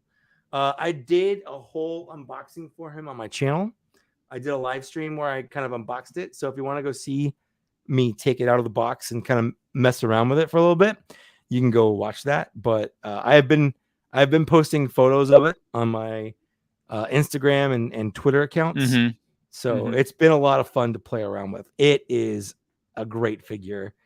And I can't wait to get the Ahsoka to go with it. Yeah, that's a really awesome pickup. That's a good haul. Good haul you got. It's a good haul. It's an expensive haul, that's for sure. But thankfully with Hot Toys, I don't just drop the $260 the or payments cost. Yeah, I do payments because like, I'm not. That's the best way to do masochist. it. You know? Absolutely. Yeah, Jim Mason, his clothes do come off, and that's how hot he is. You can see actually how shiny I am because it's so hot in my room right now. I'm glistening. Just so you know, that's that sheen of sweat coming off my brow. That's it for fine editions. Look at that. We are like 45 minutes into our proper podcast here, and we've gotten through fine editions. This is a huge show. This is a doozy of a show. Yeah, I was a longtime listener. JD Stoke messaged me on Instagram. He said, "I hope you all have a long show this week," or something like that. And I was like, "Man, this might be 3+ hours. This might be the longest show we've done because we got to get through our Patreon giveaway. We got to get through all the celebration stuff, all the reveals." Yep. I've been so hyped for this episode. We're coming off episode 3 of Kenobi, which we're gonna talk about after we go over the reveals. So you come for the Black Series news, stay for the Kenobi chat. That's right. At the end. So this is going to be, we are going in. And we have a lot of Black Series news. Like we got a lot. Do you want to? What do you say? We jump right into. Let's jump right into it. Oops, not that. Let's jump right in with this. So this is that the official refresh? This is the official backer account. This is what we're at right now. So there was a new HasLab announced, and like what was it? Was it Tuesday night? Yak Face was like, "Hey, the HasLab's been leaked," and I instantly went onto like Discords, like going down and deep, and okay, where is it? I want to know. Yeah, I was scouring Twitter and like trying to find it and couldn't. So I found it, and I was disappointed. I'm not gonna beat around the bush. I was disappointed, but only because I just don't care about role play items at all. That's the only reason why. It is Reva's Force FX Elite lightsaber. They need 5,000 sold by like July, I think 11th. It is $500. Yeah. And the sticker shock, I'll be honest, that sticker shock is a lot. You're thinking a lightsaber for $500? Are you crazy? But the more I thought about it, the more it actually does make sense, because it is essentially 2 lightsabers. Like, and the retail for the normal ones are 270, 278. Yeah. So like if you bought 2 dark sabers or 2 Obi-Wan Kenobi sabers, those are more than $500. You know, and this, I saw this in person at the convention. It is 6.5 feet long. If I laid down next to it, it is longer than I am tall. Yeah. It is big. It is shiny. It is actually really good looking. And if I collected these, I would probably back it, but I don't collect these. So I'm not going to get it. But that's the only reason. It has nothing to do with it being Reva. Has nothing to do with it Any feelings over the price? I think the price is fine for what it is. It's a lot, but again, I think it's fine for what it is. I just don't collect these. It's not something I care about in general, and I'm not going to change my mind just because of what it is. Yeah, I share the same sentiment. Like, whenever I heard Black Series HasLab, and it's like we're right before the weekend of Celebration, I'm like, oh my god! Yeah. Instantly in my mind, I'm thinking they're gonna give us an X-wing. You know, we're gonna get something. Maybe are they bringing the Rancor back for a second time? You know, I'm thinking X-wing, Rancor. I'm thinking like I talked to him about an vehicles X-wing. I talked to him about an X-wing. He said they did the math on it, and it's just not. There's no way they could do it because they'd want it to be a 1-for-1 scale, and I think the wingspan was gonna be like 5 feet long or something like that. So he said there was no way they could do an X-wing in the Black Series scale at all. Period. Yeah. So I just instantly went there in my mind, and then it was like, oh, it's a role play HasLab. I was like, oh well. I mean, it's cool for what it is, but it's cool. I only buy like super main character sabers, and I'm not going to spend $500 on a saber. I think I'm about to get the dark saber though here soon. Hopefully, we'll see. I saw it in person. You know, like they had it at Dorkside Toys, but they had one to like play with. It's pretty cool. I can't spend $300 on it, but it is cool. All the little effects they do, like the wall lighting effects to make it look like it's like hitting a wall or whatever, and like where it goes like orange and red and it flashes on the that stuff is cool. I just don't collect it, but Masterazzi said it bothers him that they're labeled Black Series. All these role play items are labeled Black Series. All the lightsabers are labeled Black Series. The helmets are all labeled Black Series. They just are. Like that's I do wish they would market them differently. Same, but I wish the Black Series were just a 6-inch toy. I know back in the day it was 6 inches and 3.5 inches, and then they got rid of the 3.5 inches and put it back into the vintage collection. But I do wish, I agree. I wish that Black Series was just 6 inches, but it's not just this lightsaber that's labeled Black Series. All of their lightsabers are labeled Black Series. And like I said, like price, if you got both Force FX Elite Ahsoka lightsabers, because she has 2. So if you got both of those, that's more than $500. Yeah. That's like $550, $600 to get 2 lightsabers. So the price point on this, like I said, I think it's fine. I think it's on point. I think it's on mark. But unlike Ahsoka, where they can just sell 1 lightsaber and you can buy 2 if you want, they can't split this down. Like it's at its minimum least common denominator. The double blade. You know, they really can't make it shorter. They can't split it in half. They can't sell you 2 of them and you have to buy both to put it together. Like it's just one thing. So I get why it's a HasLab.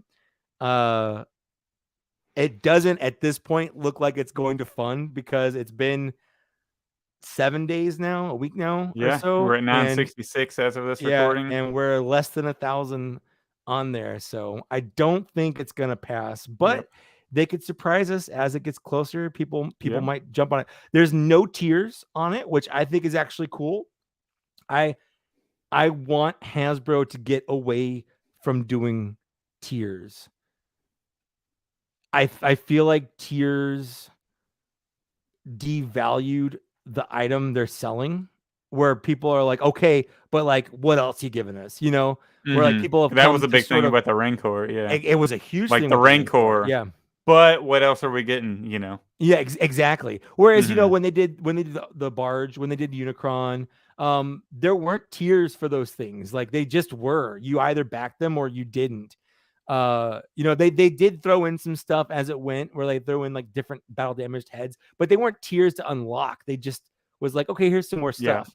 Like having specific tiers, I feel like devalues what it is, because it gives people the expectation of I want more versus just being happy with what they're getting. Yeah, it almost makes it more about the tiers than the actual figure itself that you're getting, or the product, the actual product, the HasLab. Yeah, exactly. Yeah. So No tiers on this. It just is what it is. $500. I don't even know what else they could add. It doesn't spin, in case you're curious.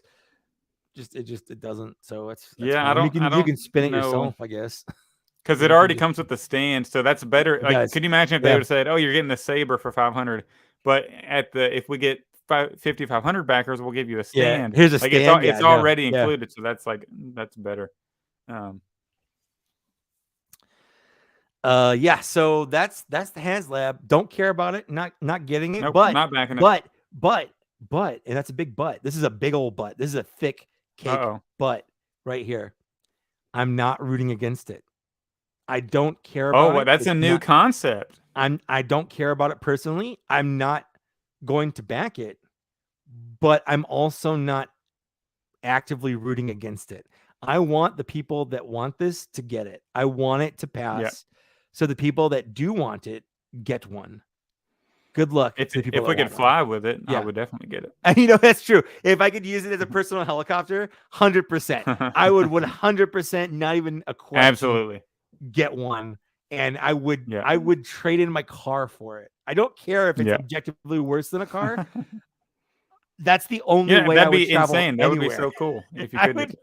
I have to go downstairs, helicopter lightsaber. Yep. I would that's all I would use. I would never walk anywhere. I would just helicopter lightsaber everywhere. And thanks for Josh in the chat for making me remember that those make Inquisitors fly, at least in the my animation. Wife is my wife is rewatching Rebels, so it's been fun to kind of sit here like in the same room while she's watching it, because it's a good show. It's a real good show. Yeah, it is. So what do you say we move away from HasLab? Let's move away from HasLab. Yeah, for sure. The actual 6-inch figures here. Oh yeah. Oh man, we got so much stuff. Yeah, we got so much stuff. What's first? Where do we go first? I think first Jon Favreau Celebration exclusive was the first thing revealed. Yep. So we're gonna go in order of announcement. I think that's just the easiest how I tracked it for us. I like that. Yep. So let's go. So a couple days before Celebration, we got the Jon Favreau Paz Vizsla Celebration exclusive. So this is the helmet goes over, or is it swappable? Helmet goes over. Helmet goes over. Okay. Yep. Awesome. That's good to know. Yep. Looks like new Jon Favreau head sculpt. It's not the brand. Same Yeah. So it's not a reuse. Hogan. Yeah. Not a reuse from the Happy Hogan. This is a brand new head sculpt. And I think so. I saw it in person, obviously. It's a better sculpt than the Happy Hogan one. And it's got a beard. The Happy Hogan one didn't have a beard. Yep. The paint job on it is also better than any of the ones we've had so far. Like, that's just it looks a lot more detailed. Yeah. There's a lot more details, a lot more paint apps going into it. I even like it better because I think before I said, ooh, the carbonized one's probably my favorite because of how shiny it is. But this is better paint wise than the carbonized one for sure.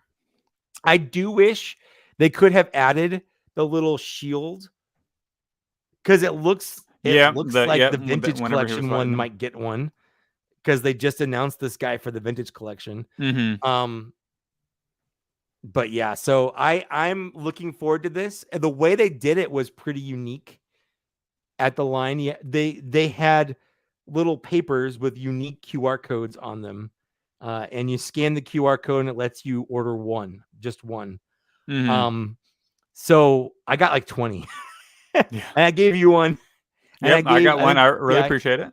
Yeah, no problem. I got one to basically anyone that asked me for one. I got one, and they were giving them out. Like, I think they probably had. You grabbed one on your live. I remember. Yeah, you were walking away. You were like, "Let's go check out Hot Toys." And you were, I forgot one. You walked right up to Emily, I think it was, on your live, and then you're like, "Can I have one of those?" She was like, "Here you go." Yeah. Yep. Probably they for did the not care. 40th they time.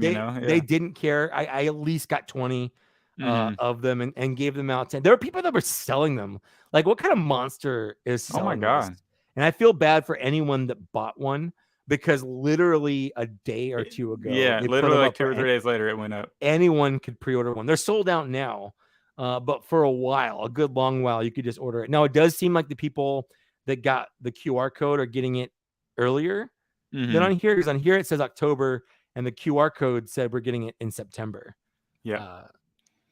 Yep. So and now let's explain why this is the perfect figure to have as a Celebration exclusive. Oh my god! This is not a must-have figure in your It's line. not. This No. is not a troop builder. No. This is not a main character. This is a figure we already have, and it's for a niche. It's like kind of a niche thing in the collection. 100%. So if you really want it, it's pretty attainable. Yeah. So, like you said, man, this is a perfect convention exclusive. Yeah. This isn't something that everyone's gonna want.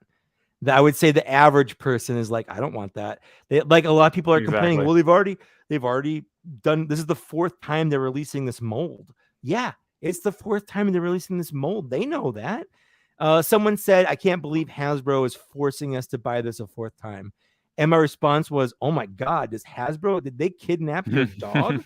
Like, how are they forcing you to buy this? What do they have over you that they're forcing you to purchase this? This is exactly what I want as a convention exclusive. It's not a unique character. It's not a new character. Oh, it is unique, I guess, in the sense that it's a John with the head sculpt and the head sculpt.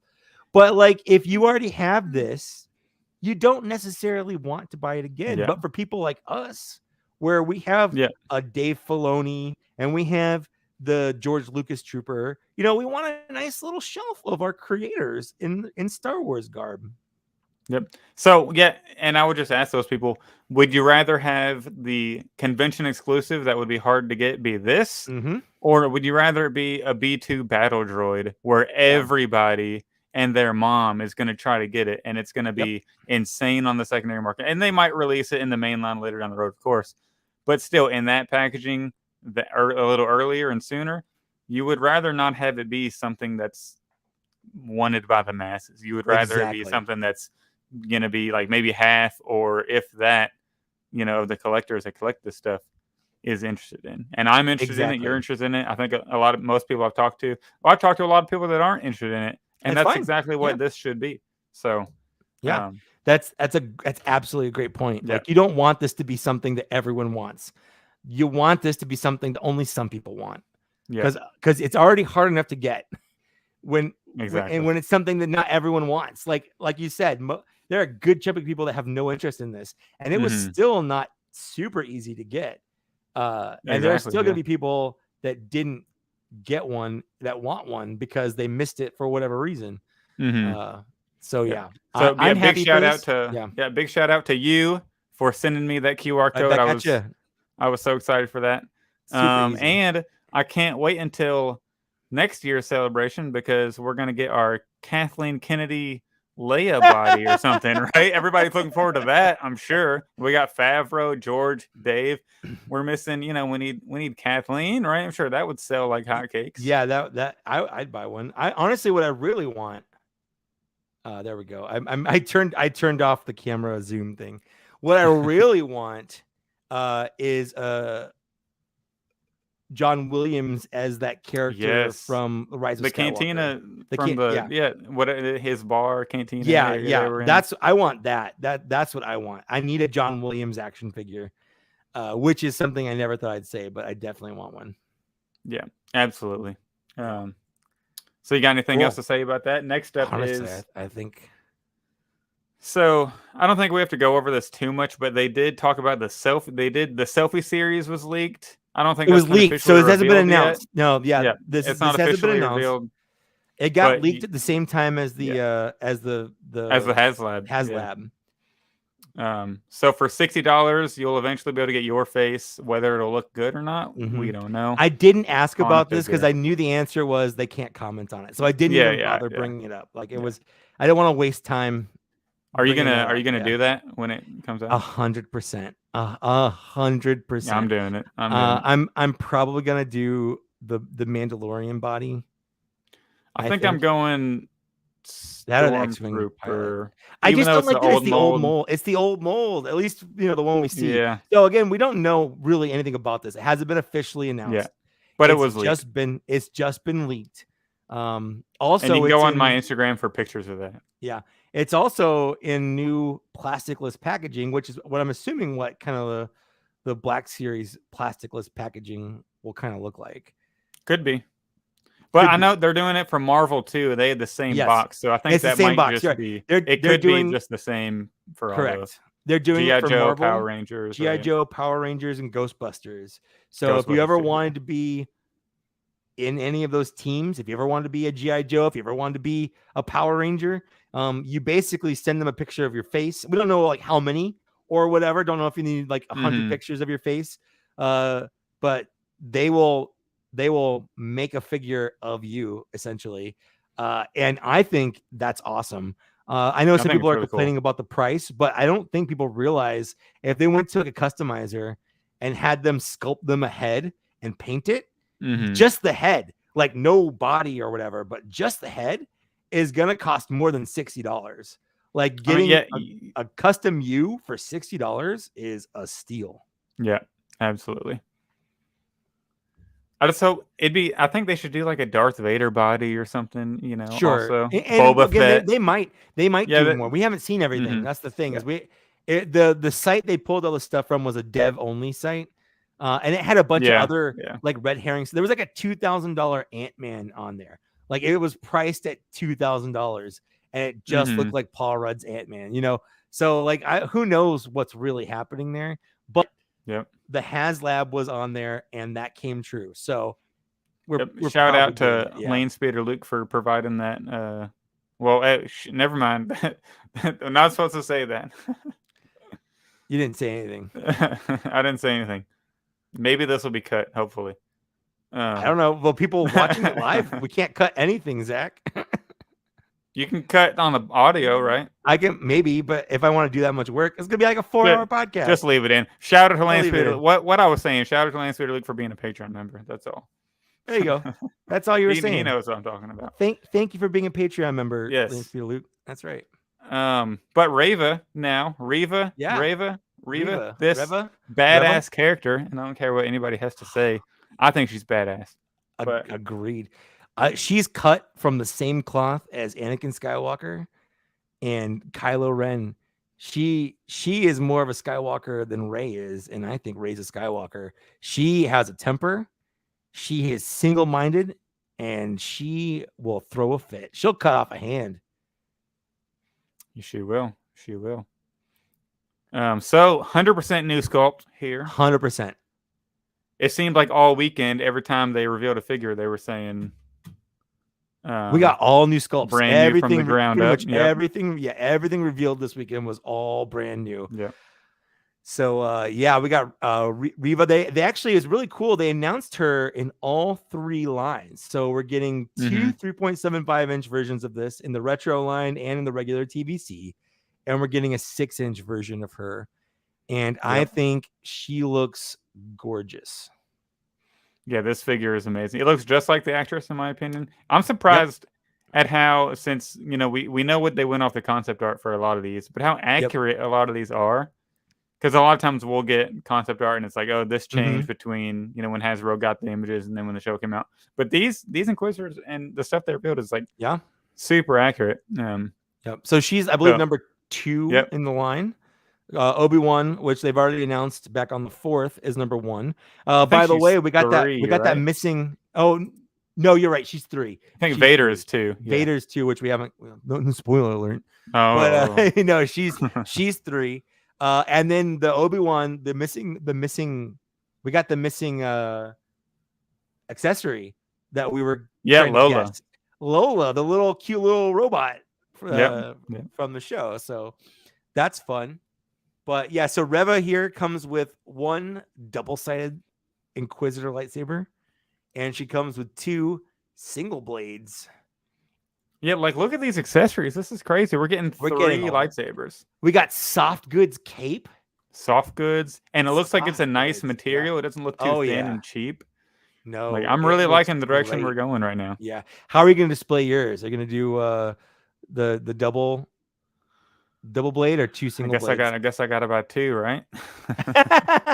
No, I'll probably do. I think I'll do I might do it depends on. We'll see if she ends up battling Kenobi. Whatever she uses most. Yeah, we're only halfway through. We've only seen half the story here, and so far we haven't seen her use these 2 single blades, which I'm assuming is her regular blade cut in half. But we don't know. Yep. Like I know the HasLab blade doesn't cut in half, or at least they haven't said it does. And whenever she was revealing, and full spoilers going forward, everybody knows there's full spoilers for every Kenobi episode we've seen so far, 1 through 3. All 3 of them. Yeah. Whenever she was, chasing Kenobi, like whenever she revealed to Kenobi that Vader is still alive. Wasn't she only using one blade there, if I remember correctly? Like she was I think though she just had one side of her lightsaber, one of the blade, like this. Yeah, like that right there. Yeah. So the people listening, I've got pictures up, so we're looking at it. So she basically can activate just like any other Inquisitor that has a double-bladed lightsaber. She can kind of do one at a time, kind of thing, which is really cool. Anyways, she looks great. I love her. You can pre-order her pretty much anywhere, and if you pre-ordered Wave 33 as a whole case, she is included in that along with the Obi-Wan Kenobi, the Republic droid, the Ewok Leia, and the Figrin Dan. Yep. And then also ready to move on to the Grand Inquisitor. There we go. The next reveal. The alive and well Grand Inquisitor, I might add. So yeah, I guess surprise spoiler, especially for people that follow Rebels. The Grand Inquisitor is in Rebels. Rebels takes place after Obi-Wan Kenobi, but the Grand Inquisitor appears to have died in Obi-Wan Kenobi. Yeah. And so this figure is awesome. Yeah. 100% new again. Like 100% new. At the I think that face looks great. Yep. I go to that picture below, that one right there. That is amazing. I love that picture so much. He looks so intimidating. The face sculpt when he's looking down, that's how I'm going to pose him right there. Right there. Shelf. That's you're looking at your future shelf right there. Yes. His head is tilted down a little bit, intimidating. I might not have the saber all the way out. I might just have him like both arms folded behind his back or something, kind of Tarkin style, maybe. I don't know. We'll see. I'll play around with it. Yeah. But I definitely want his head tilted down because that's when it looks most intimidating. It does look great. I'm noticing, so the Rebels design is basically this, but without the chest armor. The neck. I mean, I know the collar on the neck on Rebels goes up a little higher. Yeah. But I guess it's not as different as I thought it was, just kind of looking at it. I noticed he doesn't have a cape, but I believe on this one, this is one of the ones where the lightsaber can get pegged onto the back, which is pretty cool. Yep. They do have a picture of. He has a cape. There is a cape. And I like how it's red on the inside and black on the outside. So I want to shout out. I should have done this before. I started following the guy that takes these pictures on. I saw that on Twitter. I think it's like photo around the galaxy or something.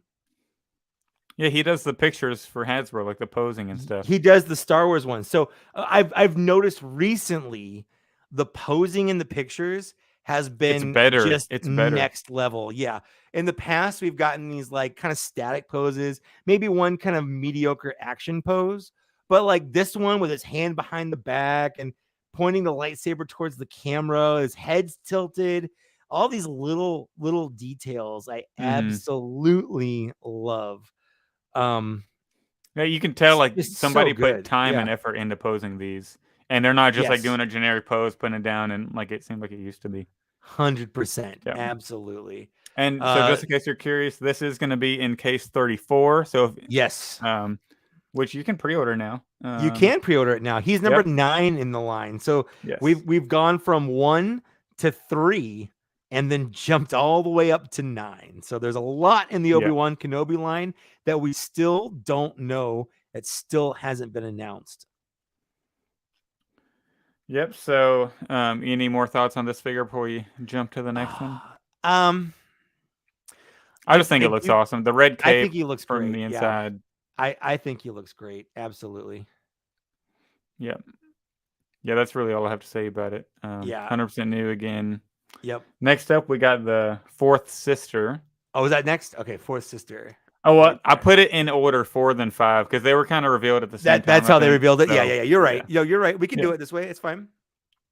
So this is the only one we haven't seen a box for, and even at Celebration, they didn't have her box out. So we didn't have Yeah, a number I for wanted to her. know what Yeah. number she was. I So remember even texting Eric you, and you were like, "I'm gonna Eric go ask couldn't Eric." remember off the top of his head. So a lot of people were speculating, it's like 4 or 5 or 6 or 7 or whatever. But Eric says that he thought it was after number 9. So yeah, and that shows you so kind of how they work. Like he works Yeah. specifically on the figures, but he probably doesn't see the boxes until closer to when we see it, I guess, or whatever. Yeah.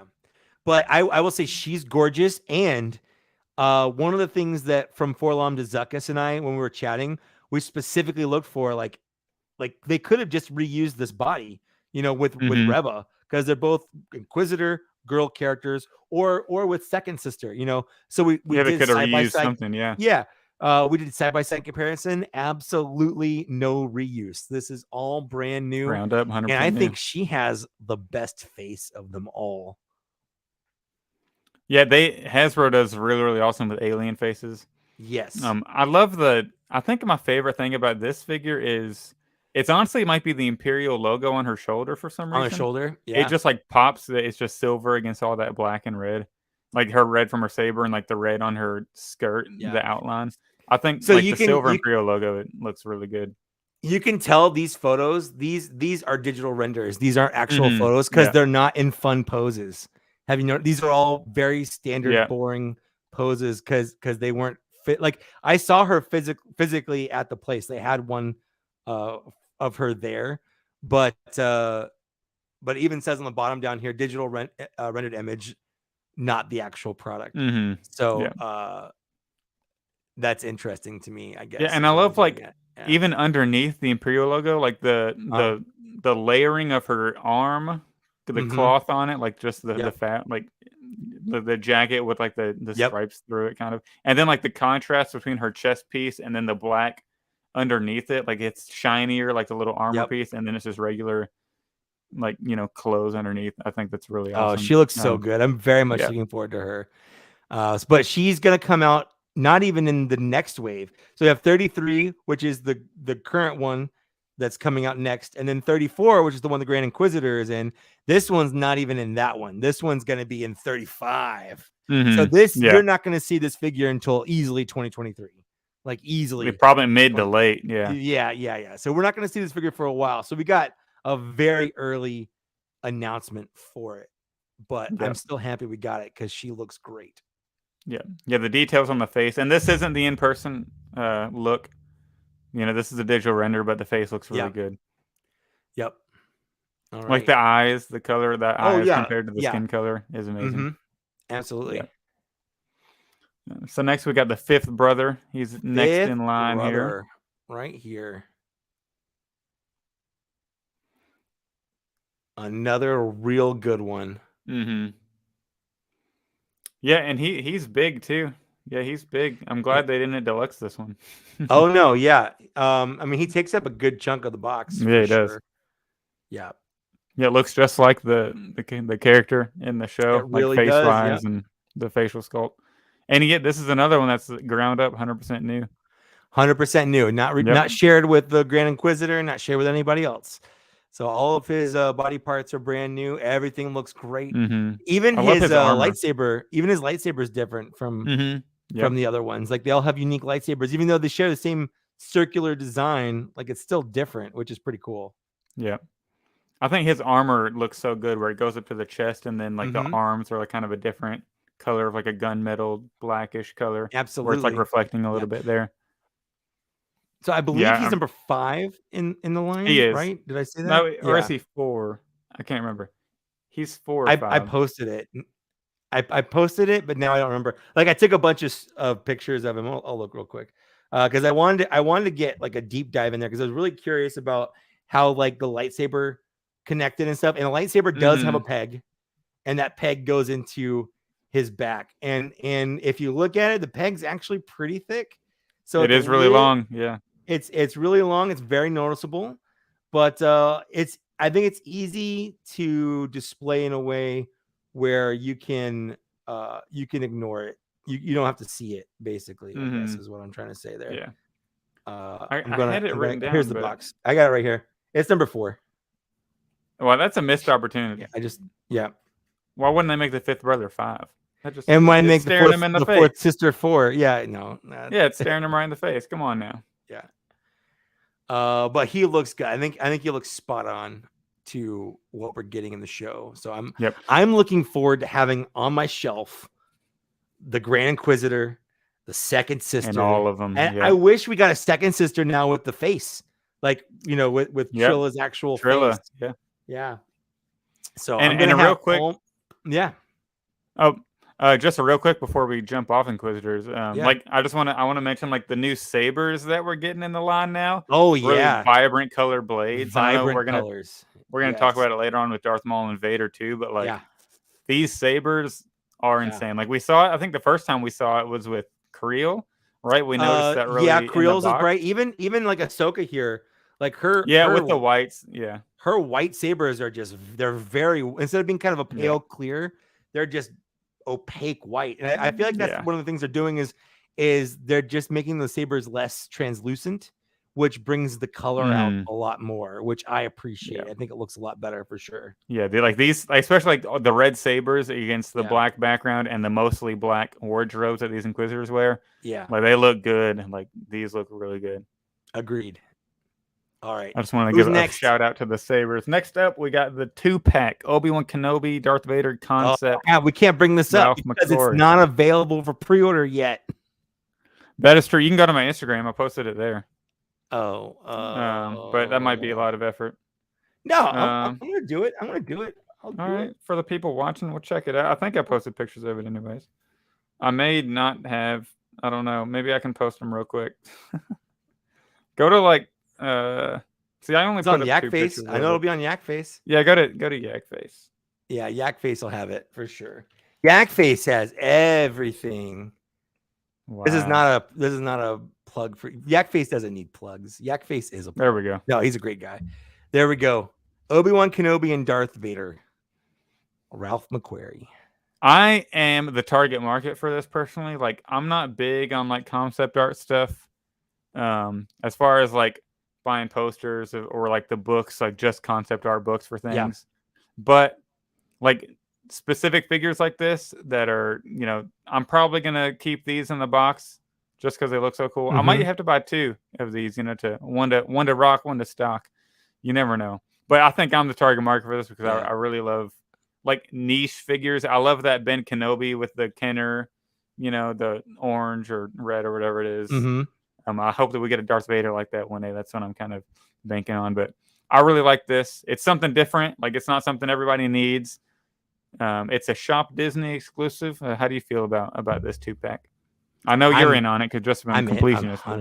I'm 100. Well, even if I wasn't a completionist, like you said, this is something that I'm in on. I love Ralph McQuarrie stuff. Now, both of these bodies are basically reuses. Like the Obi-Wan Kenobi body is basically the same as the regular Obi-Wan Kenobi old Ben body. Yeah. The Darth Vader is basically the same as a regular Darth Vader, but the heads are brand new, and the lightsabers are my favorite part. I love the Ralph McQuarrie designs. I hope we get more. I want a Stormtrooper like this. I want a Chewbacca and Han Solo like this. I want. I did collect for a little while. I think did the whole thing. But Dark Horse Comics did the Star Wars comic where they adapted George Lucas's earliest screenplay, where it was basically like this, where it's kind of Star Wars, but it's basically a completely different story than what we have. And that was fun to read through, and all the drawings were based on the Ralph McQuarrie drawings. So I want all of that stuff. I want the Stormtrooper with the shield and the lightsaber, because everyone had lightsabers in the earliest Star Wars. I want the Chewbacca that kind of looks like Zeb, because Zeb was based on the early Chewbacca concepts, things like that. I love it to death. I'm in on this, and I'm happy they're doing a 2-pack. This is the first time they've done a 2-pack in the line in this packaging, basically. The new art. I will say this is not numbered. Right. I looked at the back of the box. This is not a numbered release in the A New Hope line. It is labeled A New Hope, but there's not a number for it. It doesn't match up with any mural stuff. It Yeah, and this opens the door for we can get Ralph McQuarrie C-3PO R2 Yeah. 2-pack. Oh yeah, for sure. We can get the Stormtrooper. This Absolutely. also, I think, it shows Hasbro is willing to do 2-packs. So maybe we can get something like, Revenge of the Sith, Anakin versus Obi-Wan 2-pack. Anakin versus Darth Maul. Qui-Gon, 2-pack or whatever. Bring it on. This shows that they're willing to do 2-packs again because we haven't gotten a 2-pack since. Lord, would it be like that Republic or the First Order, the First Order officer with Admiral Akbar? With Akbar, like I think that might be the last 2-pack we got. I think that might be the most like wide retail release 2-pack. Yeah, and that probably didn't sell that well, so they're like, oh, let's not do 2-packs anymore. We'll put some better damn characters in there, then we'll buy your 2-packs. then a random First Order officer who looks like Ted Cruz. Like that's what I'm saying. It was a weird choice for sure. Yeah, give me a dark side Anakin with a 501st Trooper 2-pack. Oh, and for sure. That's gonna sell out and be worth $200 secondary market eBay instantly. Oh man, yeah. Release you get the right characters right in a now. 2-pack. I'll even pay like a $10 premium on a 2-pack. I will pay $25 premium on the right, like Anakin and Obi-Wan. On the right. You're right. On the right 2-pack. Yeah.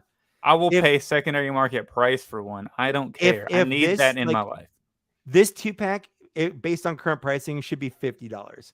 I will pay $55, maybe $60 for it. Like we don't know what the pricing is. It should have been live on Tuesday before recording this. Yeah, exactly. As of now, it's not up, so we don't really know.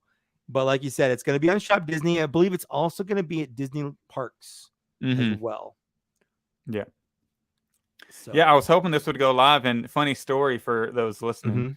We're recording this on Friday night, the 3rd, I'm pretty sure. So I'm sitting at work and I got my AirPods in and I get a message in my ear from Siri that says, text from Mike Case says, it was like Mike Case sent you a link, and in my head for some reason I'm like, oh snap, is that the 2-pack going live? And I checked it, and it's like the stream. It's the link for tonight's stream. I was like, it was. I got myself excited for no reason. Yeah, it was not. Nope. Sorry, it was not. Maybe next time. Yeah. All right. What's the next on the list? Next up, we got the only one that's mostly reuse, the Game and Great Scout Trooper from Jedi Survivor. Oh, and that's not even on here. Let me go over to GameStop.com. And even though this is like 90% like we've had Scout Troopers in the line before, the fact that this is already for the new game that's coming out next year, like, is really cool. They're already starting to push stuff out for that. So I'm expecting we'll get another Cal Kestis. And the coolest thing about this is the translucent piece on the shield. I agree. And I think if you go down to that bottom picture right there, you can even see, like, they have one where his head is like peeking through the right there. Yep. His helmet. Yeah, they said they specifically wanted to make sure that they could do that. Yeah, I think that's really cool, like, to add in to the line right here. It doesn't look super different. I guess the webbing is different from the one we have already. So this is the Riot. Was it the Riot? The Riot Scout Trooper, I think. Yeah. I think that this is rad. So like you said, it's from the Jedi Survivor game, the sequel to Jedi Fallen Order, which I'm looking forward to Big play. Time. Loved the first one. I played through that game 3 times. I love that game. Oh, wow. I need to go through it again. When I was on Out of the Basement live stream this past Sunday with Justin, I think the best comment I saw when we talked about this figure was, I think somebody said, I wish I remembered who it was, but they were like, I can already tell these guys are going to be annoying as hell to fight in the game because they got the electric staff and the shield. Like, it's going to. This is just you have to learn. You have to learn to counter and parry. Yep. Once you get counter and parry down, like it's cake. But yeah, you'll have to do that for sure. Yeah. So you're not really much to talk about that one. No, it's mostly we've gotten Scout Troopers before, but Scout Troopers are my favorite troopers, so I'm in on that alone for sure. Yep. And so let's jump back into some really awesome reveals. We got Ayla Secura up next. Oh, let's go. So was, a Yak Face rumor for a long time, and wasn't she pipeline? No, don't do also that. She was pipelined. Yeah, we knew she was coming out for sure. So whenever they showed her, I was expecting us to get a Kiadi Monday too for some reason. Well, that's not pipeline though. I know that's just a rumor. Yeah, that's been a Yak Face rumor, but Yeah. Ayla Secura, finally, it's been long awaited that she's been in line. She's the number third, 3. Yeah. Yep, number 3 on Attack of the Clones packaging. The sole Attack of the Clones reveal from Celebration. It's true, which is weird because it's they even whole sold 20th shirts. anniversary. Yeah, they sold shirts and hats at the convention that said Attack of the Clones 20th anniversary, and Hasbro's like, yeah. And I mean, I'll be honest, I was a little disappointed that we didn't get something. Yeah. And I guess if I'm making the decision, it's like, all right, well, you can either pump out a lot of Kenobi figures or you can pump out some Attack of the Clones stuff. Like, you're gonna obviously do the Kenobi. You're gonna choose Kenobi, and I want Kenobi over that. And I do too, because we can just get mainline Attack of the Clones figures. I would rather most of the characters from Attack of the Clones. I would rather get them in a Revenge of the Sith packaging and their Revenge of the Sith versions anyway. Well, and that's the thing about Attack of the Clones is there wasn't dedicated Attack of the Clones packaging like there was for Phantom Menace and Revenge of the Sith. The Attack of the Clones packaging was just the saga packaging, which had every movie in it. It wasn't just Attack of the Clones. It's the only prequels movie to not have toy specific packaging for that movie. So I'm okay with them not trying to delve into that nostalgia. Like the Clone Wars has more iconic packaging than Attack of the Clones movie did. So like it on one hand, on a surface level, yes, it sucks. But when you really think about it, it's not that bad. Yeah. And I would say like the face doesn't look, I think it's still very good, but I think it looked better in the in-person shots I've seen of it rather than these shots of it. I can say that for sure. Yeah, a lot of people were criticizing like that picture right there. A lot of people were criticizing the face, but I think it looked a lot better on the in-person version. Yeah, and it might just be the blue paint. It's kind of hard to see the detailing in the face also. But I think the in-person one looked fine, and it's Ayla Secura to me. It's Ayla Secura. Like, come on. Yeah. Everyone's like, oh, I want more Jedi. We're getting more Jedi. And this is actually one of the few Jedi that doesn't need a robe, because I don't think she ever wore a robe once, not even in Clone Wars. Yeah. And we're pretty sure those are Aura Singh legs. I believe so. Well, Aura Singh legs is well, I guess the legs are different. The legs are different from Admiral Holdo because they did change the boots. But I believe they are. They're definitely reused legs because they're not the single joints; they're the double joints. Yeah. But I believe they are the same legs they use for Aura Singh. Yeah. Yep. Finally getting some additional Jedi, so that adds on with Plo Koon.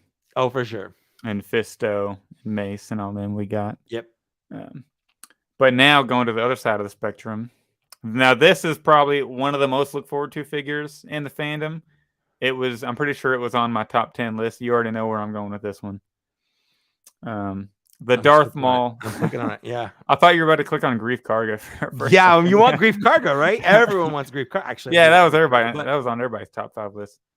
But this figure looks insane. It's mainline. This is going to be also Ayla Secura. These are both going to be in Wave 34. Case. So if you pre-order that case, you don't got to worry about pre-ordering this single. Look at this. Look at this. It's amazing. Good. I love the detailing on the belt, like that yellow and blue, the coloring on the silver, the belt. Yeah. 100% new. 100% new. You would kind of expect them to reuse the chest they already have and then just put that, leathering over it. But this is 100% new face. 100% new face, new chest, new arms, new legs, new everything. And he looks fantastic. So good. Yeah, every picture they've done is just amazing. He looks so intimidating. This is probably gonna be one of those rare mainline figures that booms on the secondary market, I would say. Oh, for sure. Yeah. So hopefully this is the reason to buy a full case. Like if you're worried about finding this one is a reason to buy a full case just to make sure that you get it 100%. Yeah, this is gonna be because there are like every now and then a mainline figure. Yeah. Inflates in price in the secondary market. This is going to be one of them in my opinion. Oh yeah. So this is hopefully they throw it in Wave 35 also. but I'm not sure if they will because we're gonna get so many Kenobi figures, you know. Yeah, for sure. So we'll see. And Mandalorian season 3 coming up. Yep, we got a lot of stuff coming up. Yeah, so Star Wars does I don't not know. stop. It will not stop. It is a juggernaut. Yep.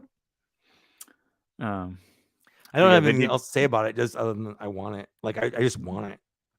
Yeah, and it's good. This is like a lot of people's one of the top 5 most look forward to. Oh, it was on mine. It was on my list for sure. I think it was like it was in my top 10 for sure. I know it was that. in my top 10. Like I have a hot toy of it, and I still want this.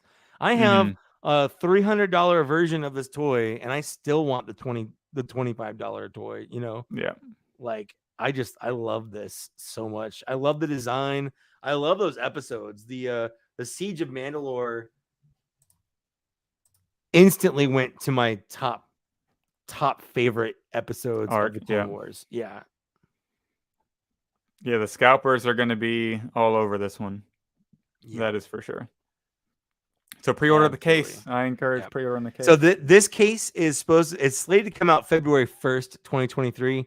I have a feeling it might come out earlier than that, but maybe not. I am pretty sure the case before this, the one with the Ewok Leia and the Republic, I'm pretty sure we're going to get that sometime in like September.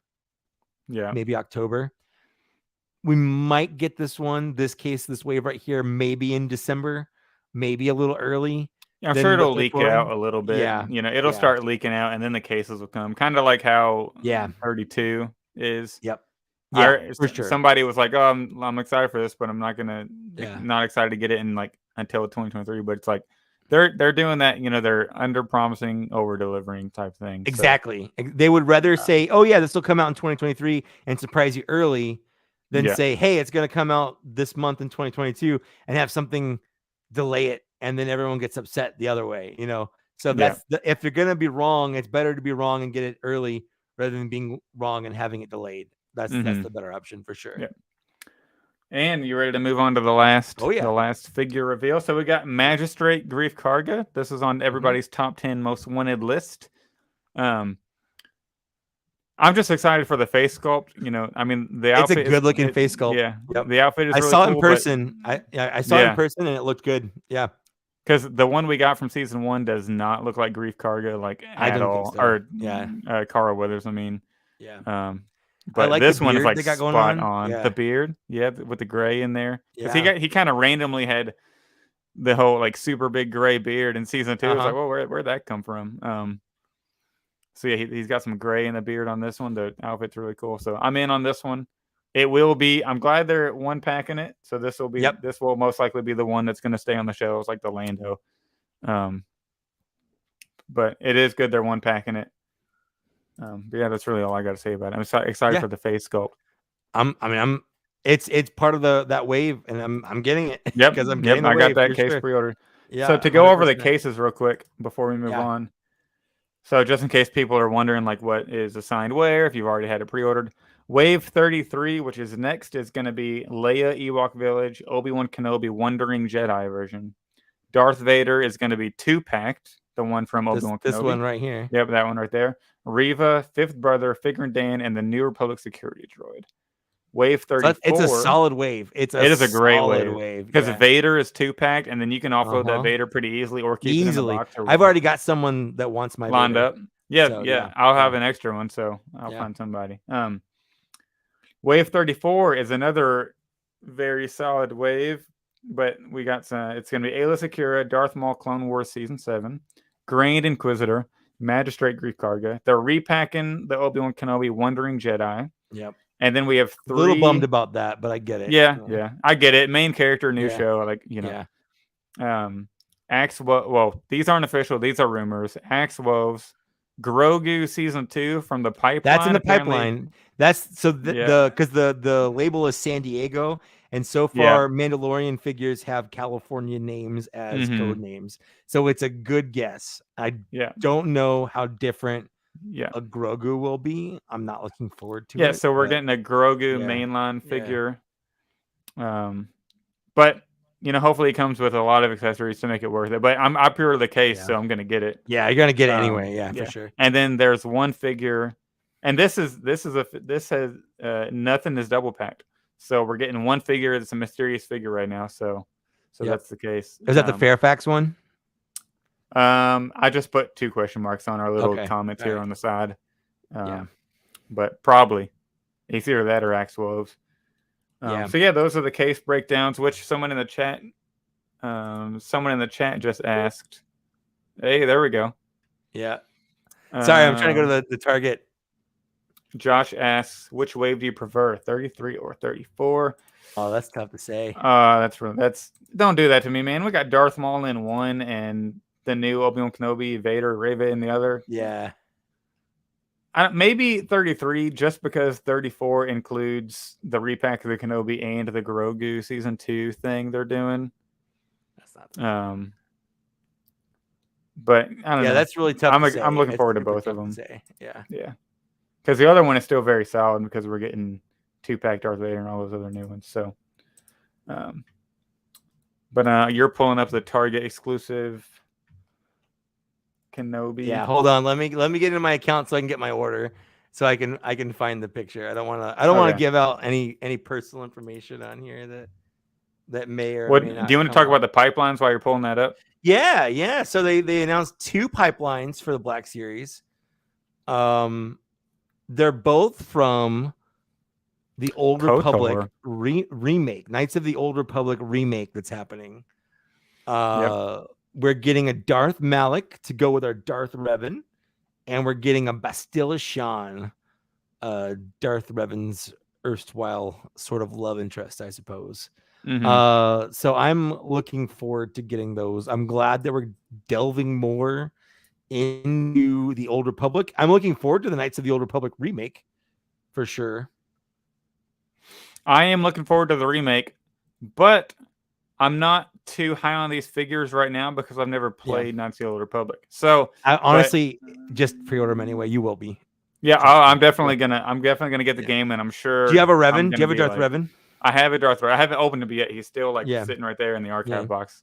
But I will soon dive into that game once it comes out on that PS5. So yeah, Darth Malak, Bastila Shan, and there is on our screen now the beautiful Tibetan Station blue shirt with the brown. What do you call that thing? Is that like a? It's not a cloak or a robe. It's like a. It's like a scarf or like a shawl or something. Like shawl. Yeah. So I don't know. I think this is the figure that Eric wanted to have a wired cape for. Yeah, because that picture, the 4th one down, that looks like it would be beautiful with a wired cape right 100%. There, where it's waving out. Yeah, and he's holding his lightsaber to the side like that. By the way, these pictures are these pictures sold me on this figure. Then there's so many good ones. There's one where he's like holding it over his face, like he's trying to hide his face. There's so many good, great shots. Not even good shots. Great shots of this figure. So I posted every picture released of it on my Instagram too. If anybody's interested in going to look at that, even the ones where it looks like he's 3 episodes ago or whatever episode when we watched after the first trailer, and I said that I didn't want a hobo Kenobi. I said that. I went on record and said I wasn't interested in buying a hobo Kenobi. Hasbro has 100% proved me wrong. I want this so bad.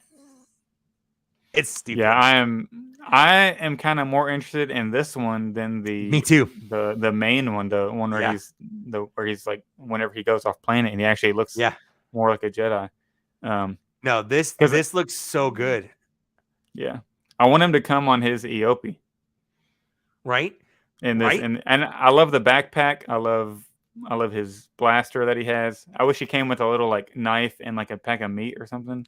Right? You know, a little meat thing to put in the backpack or something. A little apron so you could store the meat away. Yep. This is just such a good looking figure. Like this is what the Black Series should be all the time, all of it. We got a nice soft goods cape. We have a blaster, we have a lightsaber, and we have a backpack, and you Yep. have like and it's so many options. Yep, and it's appropriate reuse Mm-hmm. of the regular, Jedi the Wandering Jedi, I guess they call it, Obi-Wan Kenobi. I'm not sure, like in the show, if it's the exact same shirt. Frankly, I don't care. give two craps. I do not care. It's a blue shirt with a brown scarf type thing, and you can pose it. And I'm not gonna have his saber in this because this is where he's just walking around Tatooine, when he's wearing that blue. So I'm probably just gonna hit him with that backpack and that blue with the blaster on his side. It's perfect. Yep. I think it's amazing. So this is Target exclusive, and it's already pre-sold out. Yes. So if you didn't already get it, I would say don't fret too much. Target's probably going to restock it. And it's also they always do, and then they always cancel it because they canceled my is it Arvala 7, the snowy one, or is the Moldo Crease. They canceled my snowy Mandalorian pre-order. That sucks. So I'm out of luck on that right now. Hopefully I'm able to, and I don't think those will be hard to find because I've seen the muddy ones in stores. Yeah, the muddy ones have been in store. Yeah, absolutely. I think it'll be okay. I think it'll be okay, but it does kind of suck. Yeah, for sure. Yeah, but I did pre-order 2 of these. One for me, one for Nigel up in Canada, because up in Canada they have a hard time getting the Target exclusives. Even though he says Galen and Antok are sitting on like shelves. I was gonna say Target exclusives in Canada usually Toys R Us exclusives because they still have Toys R Us, and I don't think it's actually hard to get stuff there. But again, I don't live in Canada, so I'm not saying I know more than a Canadian. Yeah. I think it's at least his area. He's had trouble with Targets before, like stuff not being available. But I think it's more of a precaution that I order it for him, because I did cancel the Galen Urso because he had it up there. Yeah. For him. So, Kirby Brock says Toys R Us is a hit and miss. So, do you live in Canada, Kirby? So it's good insight there. Yeah, the face on this is amazing. It's the same one as the other Kenobi. He looks like Jesus. He doesn't look a thing like Jesus, but he talks like a gentleman. Hey, singing that good, you're gonna get us. You're gonna get us. We're gonna get a band. Yeah, they're gonna be like, "What did you guys get the Killers? Did you guys get the Killers on here?" All right. So we did get I'm looking forward to that. Yep. Yeah. Oh, we got to go over Darth Vader. Yeah, that's right. Yeah, we haven't finished it all, man. He's got announced the same day. I looked at our show notes and I just saw the whole archive thing and I forgot about Darth Vader. Oh, I forgot about the archive. I forgot about the archive. I brought up Vader because I wanted to finish off the wave, and I forgot. Yeah, that's a good idea. Yeah. I should have thought about that in our. I was doing about order of release on the. Yeah, on I know notes, you were. But we'll do that after in a second. Yeah. We'll get to the archive. Yeah. This Vader is beautiful. It looks like the paint is better. It's shinier on the chest, I think. And I want to say I don't. This isn't 100%, but I think it's a new cape. I'm not sure. New. It looks like it's a better length because that Empire one is like. And the New Hope one we have is they're like way too long. It's a bit much. Yeah. And this one, it looks like it flows nicely. It doesn't like fold 3 times on the floor, like you have to spread it, you have to fold it like yourself and all that. Yeah. So obviously most of this is like old, but it looks like the cape is a lot more appropriate of a length, I want to say. And that lightsaber, look at that saber. We're coming back to it. Oh my goodness. Yeah. Yeah, it's so good. And I thought they did a good job with the poses on this too. Oh, so good. And the head does just kind of look like the New Hope one with the red lenses there. But you know what? It's a good. It looks good. And the New Hope one, the red lenses aren't on. It's not on every figure. No, it was really weird. Yeah. It's like a running change they kind of made. So this one, it's going to be on everyone. Yeah. And I like it when it's subtle like that. Yeah. Like it's not like red. It's like an amber. When light catches it, you can see the amber. And what's cool about this is if you want to make this in a New Hope Vader, you can. All you have to do is pull the under robe out and put it over his shoulders, and boom, you've got a stew going, baby. Yep.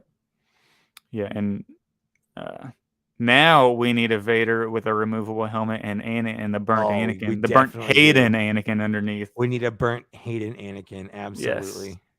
Oh, I'm so excited. Yeah, I know I have multiple Vaders, but I'm always down for more Vaders. Yeah. Oh, 100%. I just wish 100%. The only thing for the other figures, I don't know he's a little bigger, but we've been getting a lot more accessories in the Black Series lately. I wish we could have got some like force choke hands with him, but I'm not gonna. That's my one gripe something about this. or like a force kind of like push. Yeah, or like a kind of like how force, the hyper real one came with like a force effect, kind of thing. So Yeah. it would have been cool to have something like that on the Yeah. Black Series scale. And Absolutely. since this figure is mostly, it's been sold a few times, already by Hasbro, they could have thrown in something like that. But maybe when we get the version where you can take his helmet off in the Kenobi show. Yeah. Maybe And, someone was pointing out on Twitter, I don't remember who though, but back in the original Power of the Force like Kenner days, like there were certain figures that were like evergreen figures, where like they always had a Luke Skywalker and a Chewbacca and a Darth Vader on shelves. Like they would reissue them on the different card backs, but like it was never like, oh man, I'd like a Darth Vader, but he came out in 79 and now it's 80 and there's no Darth Vaders or whatever. They always had this. There was the same Vader they kept pushing out in different card backs so that people joining the line later could still get some of those main characters. So even though we just got a Vader back in 2020 on the Empire Strikes Back card, I'm glad that we're getting another Vader again for the people that are newer fans that weren't collecting Black Series or just getting into it. Now they have another opportunity to get a Darth Vader. Yeah. So I think that's cool. Yeah, I think we've mentioned this on the podcast before, but like you always need to find a way to release a Luke Skywalker, a Han Solo, a Darth Vader, the main characters, Kylo Ren, or something like Obi-Wan, Anakin, those main core characters. They need to be released in the line every few years because, especially on TikTok, I feel like I'm actually exposing a lot of people to these figures because I get a lot of comments that are like, "Hey, I'm starting to get in this line. Like, where can I buy these toys at?" Yeah. So they're and a lot of them's like, sorry. like, yeah, exactly. So it's like, so we need these main characters always reintroduced. Like we need Luke's every 2 to 3 years. We need Vaders. It's fine in my book. The guy I'm selling my extra Vader to is just getting into the Black Series. So he messaged me like a ton of questions and stuff. And he's like, oh man, they made a BT1 and 000. I need those. And my response was, good luck. Because those came out in 2019 and they're hard to find. And if you can find them, they're expensive. It's like you 70, buy a hot 80 toy. bucks. Yeah, exactly. So it sucks to get into a line late, find a character you love, and realize that it came out 4 years ago. And it's like $120. Dr. Aphra secondary market now is... it's over like $100 at this point. And Dr. Aphra is almost 100% reuse of Jaina Solo. Yeah. The only difference is the paint and her face. And her head, yeah. Otherwise, she is Jaina Solo. Like, it's just the same figure. Yeah. Josh is heading out. Really appreciate it. If you're still in here, a couple minutes ago, he said he's heading. It's 3:17 a.m. where he is. So really appreciate him. Dedication. That's dedication. Him hopping on. He was here with us at the beginning. Nate from Out of the Basement is here. How's it going, buddy? I missed you on Sunday when I took your spot. I auditioned on Out of the Basement for his role. I don't think I got it, but well, you're not a good Nate, fun. Zach. That was fun. I know. I'm not the best Nate. I'm not the best Nate impersonator. Nate, my Toys R Us is also a Burlington Coat Factory now, so we have that in common. I don't even have Toys R Us anymore. They're all gone. Yeah, mine's a Burlington Coat Factory now. Like the building. I see what you're saying. I thought now like Burlington no Coat Factory. Yeah, okay. No. There were two. One is a Burlington Coat store. Factory, and the other one is a Bob's Discount Furniture store. So mine's a furniture. It's a Bob's Discount. It's the same. Toys R Us either went Burlington Coat Factory or Bob's Discount Furniture. It's so weird how it's always one of those two things here in America. Yeah. I wonder what it is in Bowling Green. One of my new buddies in Bowling Green listens to this, so let me know what they turned that. Let us know. Let me know what they turned that one into. Also Master Razzie is here. I want to give him a shout out earlier. Yeah. Do you want to talk about the archive line here? Let's do it. Can I tell my story, my fun story about this? Yes. Indulge. Yeah. Shattered. Oh, I thought he was gonna leave because it's early for him too. He's in the UK. So it's 8 hours ahead. Is he the one that got? He was the one that got back from the bar earlier. Like the best comment of the day. That was someone else. Yeah, was that Kato? I think that was Kato. It might have been. I can't remember. I have to scroll. So my story about these archive figures is I was waiting in line for a Marvel Comics panel, the Marvel Star Wars Comics panel, because every morning at Celebration, like at 8 a.m., you get yourself in line to reserve spots for panels. And we did it, and we go through the panels we want, and like by the time I got into it, most of the good panels were way gone. So I'm like, yeah, I'll go to the Marvel Comics panel. So I'm standing in line to get in to hear about whatever they're going to talk about for Marvel Comics. And From Forlom to Zuckus posts on Twitter, and he says, oh, we're heading over to the live stage for another Hasbro reveal. And I was like, more reveals? And I remember seeing in the at the display, there were 2 empty spots, and it said reveal coming 5/27, and this was 5/28. So I'm like, 5/27 was yesterday. I guess they're not putting anything there. So as soon as I saw that, I was like, oh man, okay, should I wait in this panel or should I go over to the live stage? And after 15 minutes of staying there, I'm like, I'm going to the live stage. I'm just doing it. So I left the panel, walked the 1,000 feet, 1,000 miles, whatever it took to go over to a live stage. And they were interviewing, is it Matt Wood or Brian Wood? Whatever the guy that does Grievous's voice and Matt Wood. It's Matt Wood. Matt Wood. So they were interviewing him. It was a fun, because he also does like the sound. He does sound design and all that. He does sound design. He's been around forever. It was a great interview. And I was like right behind the camera. Like you kind of see me like right behind him. Anyways, so after that, then the Hasbro team came back out. They showed off the Reva Saber, which was neat or whatever. But then they showed off the new archive figures, which I wasn't expecting. So I was like, this is cool. So they announced the previously pipelined 4 new archive figures. So let's go over those. And let's start. I want to start with the worst one, if that's okay. Yeah, you know what would have been really cool though? Yeah. What? If they would have put these in the mainline boxes on the Galaxy packaging. Last time I'm going to say it, but I'm not going to bring it up again this show. I had to bring it up every time. I had to say it once because these figures, they make sense to throw on we don't have them yet on the main line. Why can't we do this same Han Solo? It's a fine body. It's a great head. Yeah. Or this Tarkin. Put him in the New Hope line. Come on now. Put him in a New Hope box. Yeah, you're not wrong. You're not wrong at all.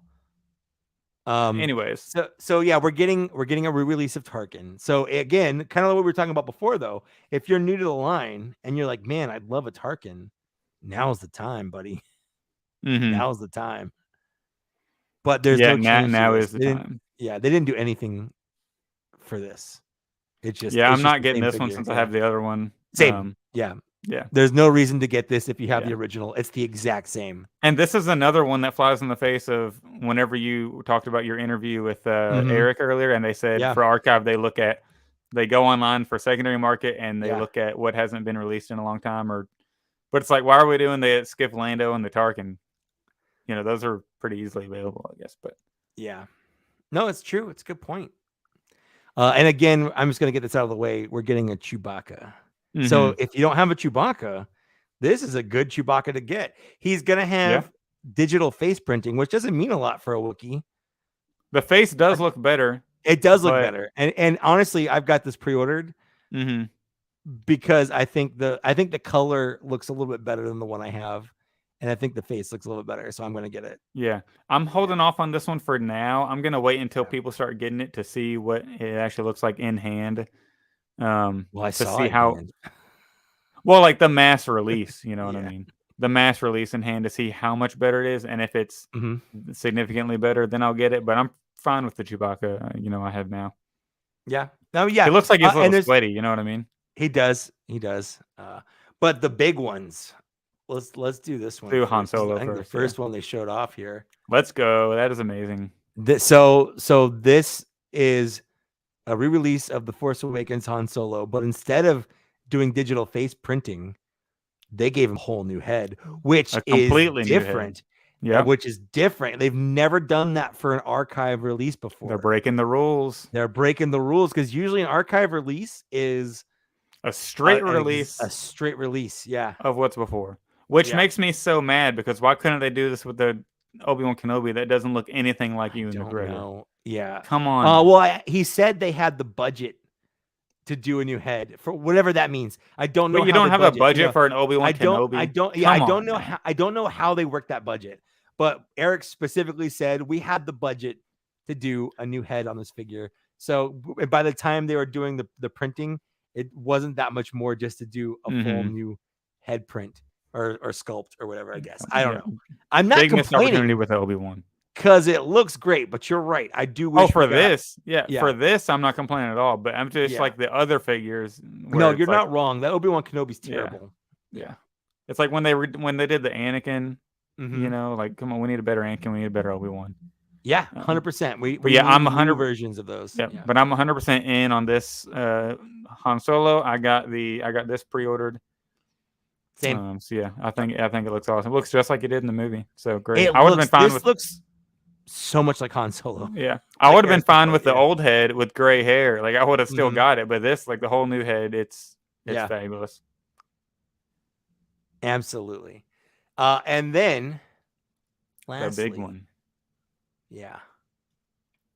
Yeah, and Nate mentioned earlier that he played the really long game on this one. So did I. I actually sold this one a long time ago, and I got out of the line. Kicked myself in the rear end for it.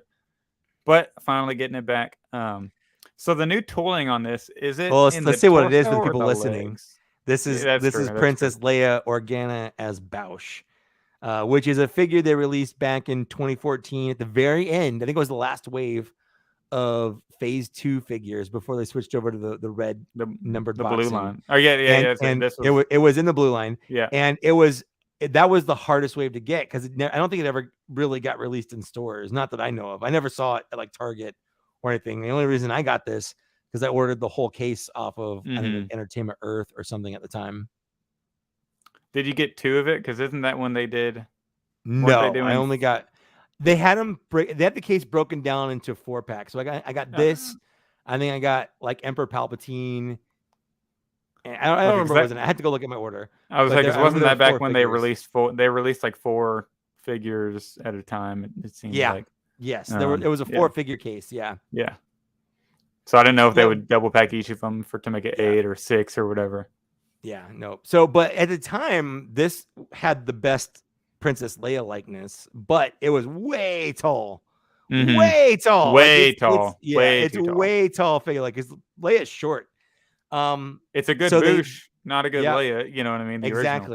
Exactly. So we have the digital face printing, but it is the same head. And I would have liked it if we got a new head, because the hair being not 2 pieces is kind of noticeable to me now. But they did shorten the legs to make her shorter.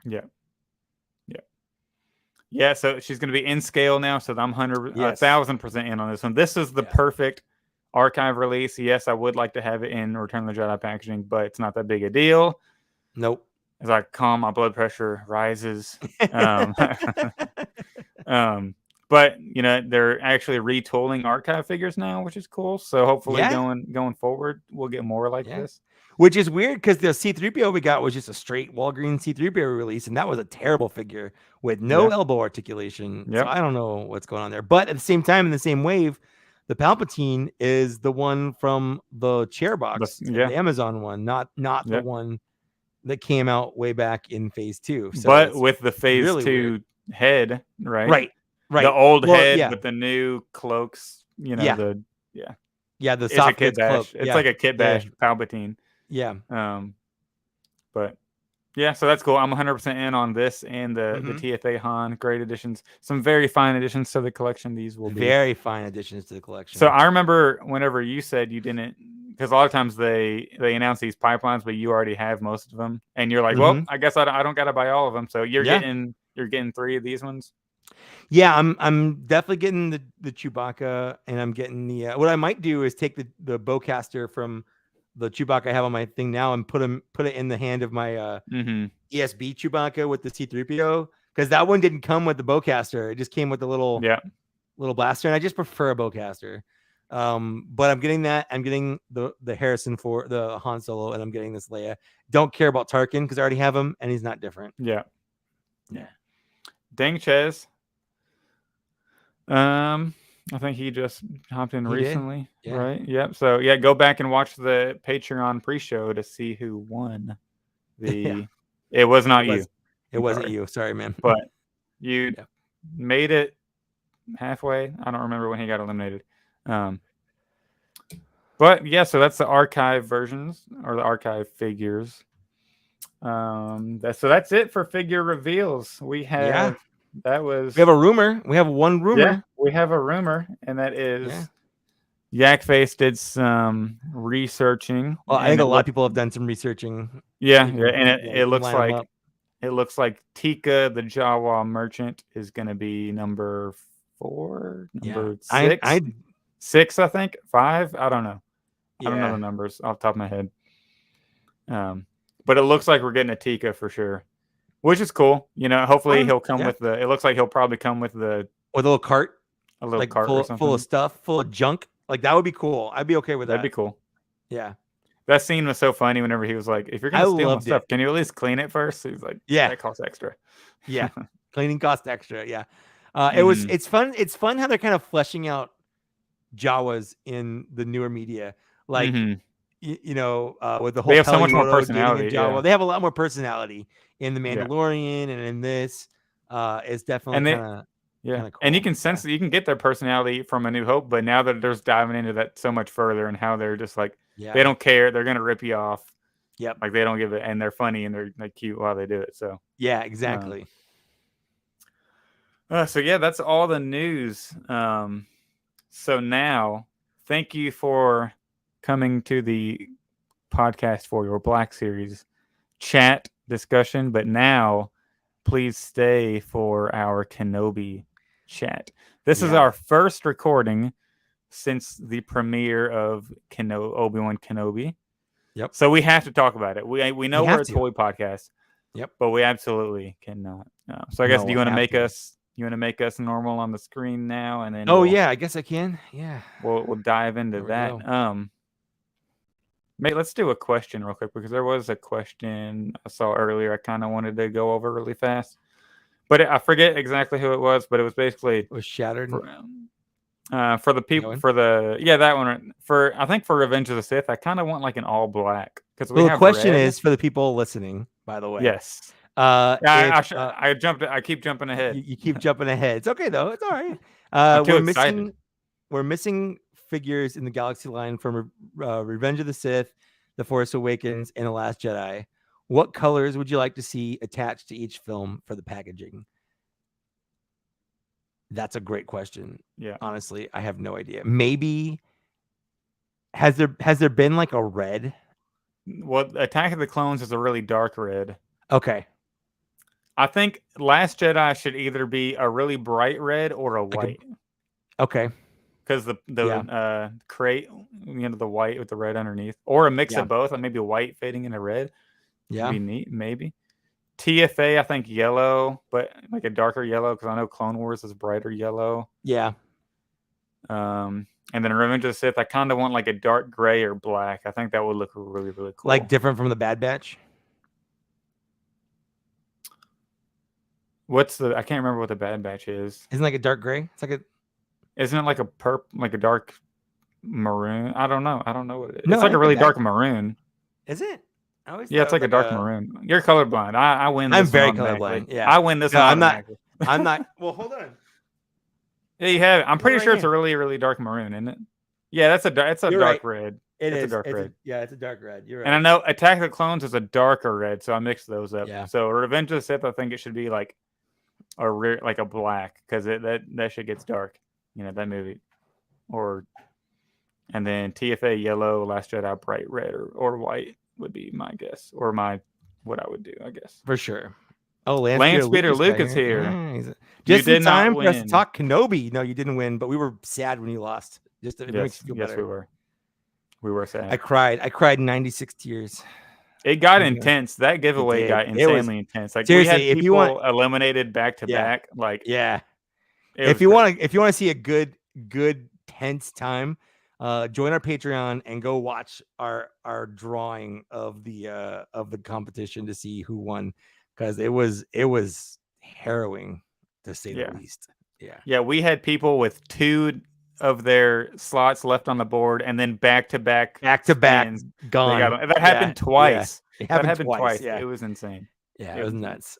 All right. So let's talk Kenobi, man. So they delayed the first episode a couple days, 2 days, to go from Wednesday to Friday. Yep. Great decision, because the way the second episode ended, in my opinion. Yeah, and then they gave, instead of us 1 episode, they gave us 2 episodes. Yeah. And then the third episode aired like the Wednesday after that. So we had less than a week. In less than a week, we got half of the series. We're halfway through, and I feel like it just started. Yeah, yeah, exactly. Crazy. So we haven't talked about it, but overall, I love it. I love it. I am enjoying it more. I think it is better than The Mandalorian. I'm going to throw that out there. I agree. I actually agree. I think Mandalorian, at least the first season. Yes. The Mandalorian is fabulous. It is, but I feel like this feels a lot more cinematic, I want to say. Like it's shot like, and The Mandalorian has that too, but it's also, I'm trying to just think of a way to explain it. I like this story better. Like The Mandalorian is great, but how many times do we have like, oh, we're going to a planet, we need something to part, and then we'll do this mission and get it. I just think this is, I'm more connected with the characters. It's connecting episode 3 and 4 really well, in my opinion. I really don't see any of the continuity issues that other people are trying to bring. I feel like people who think of continuity issues, they don't really understand episode 4 and the original trilogy, in my opinion. Like, I'm sorry if I offend anybody in the chat or anybody listening, but and a lot of people are just, everything I see, they're like, well, the stuff Darth Vader said in A New Hope, there's no way he can meet up with him in between 3 and 4. Oh, really? But he said, I haven't felt this presence since. Oh, yeah, he doesn't say when. He specifically doesn't say when. Yeah, people have just been assuming that it was Revenge of the Sith, but he doesn't actually say it. Yeah, and then he says, "When I left you," when key words right here. Everybody, please listen. When I left you, I was the learner.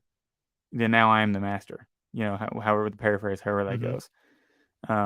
When I left you, that's talking about 20 years ago when he actually left the Jedi Order and became Darth Vader. Not 10 years ago. Yeah. You know, or, you know, like, so they can meet up multiple times. Of course, all people complaining are ignoring the line right after that where Obi-Wan Kenobi calls Vader Darth as if that's his first name. Yes, exactly. Not his title. You know, Darth. Yeah, and also the dialogue. I think I even tweeted this too from our Black Series Cantina Twitter account.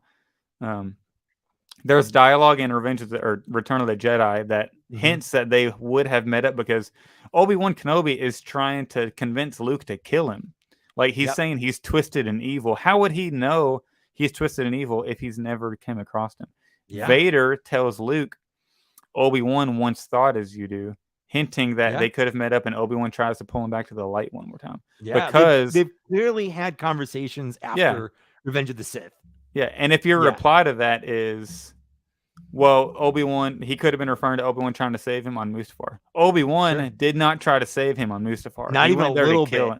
He watched him burn. He sat there watching him on fire. He never once asked him to come back to the light side. He went there, yelled at him, was pissed off, told him you were supposed to destroy the Sith, not join them, and left him there to die. Yeah, that was not a rescue mission. No. He did not try to turn him. So I feel like we're going to maybe get some dialogue about him trying to get him to come back. Yeah, but he was lost. He was lost. But so what about you? Your overall thoughts about the show? Yeah, well, let's start with the first episode here. I kind of want to just talk about some of the things I love in one at a time. The first, well, based on the previews, they make you think Luke Skywalker is going to be kind of a bigger part of the show. You know, Mark Hamill made a big deal about posting like, oh, welcoming this guy to be the Skywalker family and whatnot, and they have him in the preview. But then they hit you with that left turn, like, just kidding, Leia.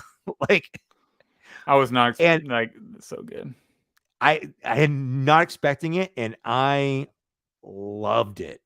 Little Leia is perfect, and I don't care if you think differently. You're wrong. You're just wrong. That's a fact. It's not an opinion. Yeah, it is a fact. You're wrong. I need a little Leia Black Series ASAP, by the way. Need it. I even tweeted because I didn't even think about this being a spoiler, but I'm like halfway through watching the first episode because it dropped at 9 p.m. Yeah. on Thursday night. So midnight for East Coasters, 9 p.m. for me in I'm California. trying to go to sleep for work the next day. I had a really busy day at work. It was a deadline day for us. And I got to go to bed. And they dropped the news. Obi-Wan Kenobi's releasing 3 hours early. I'm like, how am I supposed to go to sleep? You can't go to sleep now, knowing you can watch an Obi-Wan. Yeah, it's one thing when it airs at 3 a.m. for you, but midnight you can do that. But that's still pretty late. I get it. Yeah. I had to wait. Until the next day. For me, we had just gotten home from Thursday celebration. We were tired. That's awesome. And I'm like, okay, we have to watch it. Like, I can't not watch this. It's 9 o'clock at night. I'm not going to go to bed, even though I'm tired. But yeah, Leia was absolutely great. The writing for her is great. I can see her being a little Carrie Fisher. I can see her being a little Padme. They have struck a perfect balance of both of those characters in this actress here, and she's doing a phenomenal job.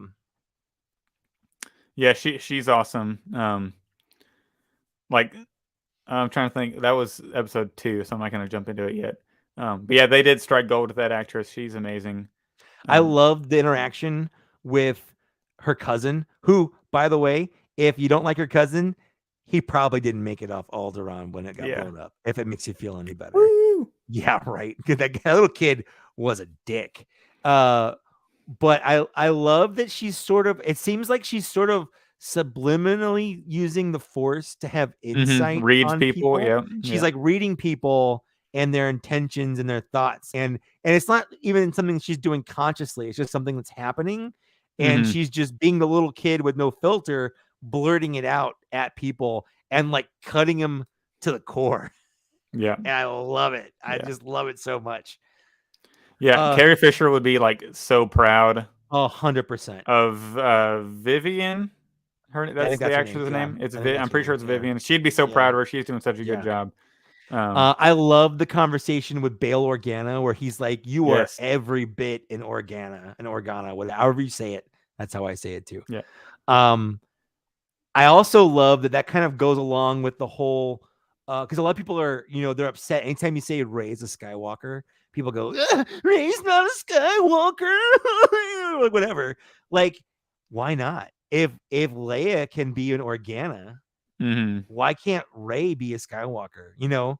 Like at the very end of Rise of Skywalker, you could see Luke and Leia standing right there smiling when she says she's a Skywalker. They weren't like, oh, excuse me, no, we don't officially recognize this. Like this isn't okay. They don't do anything. They're like, yep. They're just like smiling and nodding. Like, yes, they've essentially adopted her into the Skywalker family, And if you believe the theory that Palpatine and Plagueis created life and which created Anakin, then she's like, she has the same grandpa as Anakin's dad. So yeah, you can believe that if you want, I don't believe that, and I think they debunked that, and it also makes the kiss between her and Kylo weird. So I definitely don't believe that. Yeah, but yeah, look, they had no idea. No, but I think she is a standout show, and I even tweeted. Anyway, I was actually in the middle of the story, and we got sidetracked. But like, I was tweeting in the middle of watching the episode, why is little Leia my new favorite Star Wars character? And then I got people complaining like, oh, spoilers, and I didn't even think about that being a spoiler, but it kind of is because they don't. Yeah, she's not in anything. Like, she's not in anything. Like that was kind of a surprise that it was going to be so focused on her. So I was pleasantly surprised to the point where I didn't even think I was spoiling something because I was so excited about having a new favorite character in the show. So that was cool. And I love Lola. Lola's great. Little droid. I hope we get more Lola because I hope we get more going forward. That Leia being in it did get spoiled for me. But the actual plot and what happened didn't, because I don't think her being in it's that big of a spoiler, honestly. Like because it was spoiled to me that Leia was going to be the reason Obi-Wan leaves the planet, and of all, and I didn't say anything about that when I just said Leia is my favorite, but it got spoiled to me because spoiler, it got spoiled to me because I was listening to another Star Wars podcast, and they asked, "Well, what do you think is going to get Obi-Wan off planet if he goes?" And because we see him in the trailer, he's off planet. Like, what do you think is going to be off planet? And one of the people, like one of the, I'm not going to say the podcast or the name of the person who said it, but they were like, they're a news site that cover a lot of the leaks and stuff. Mm-hmm. Well, because they have to, they're the news.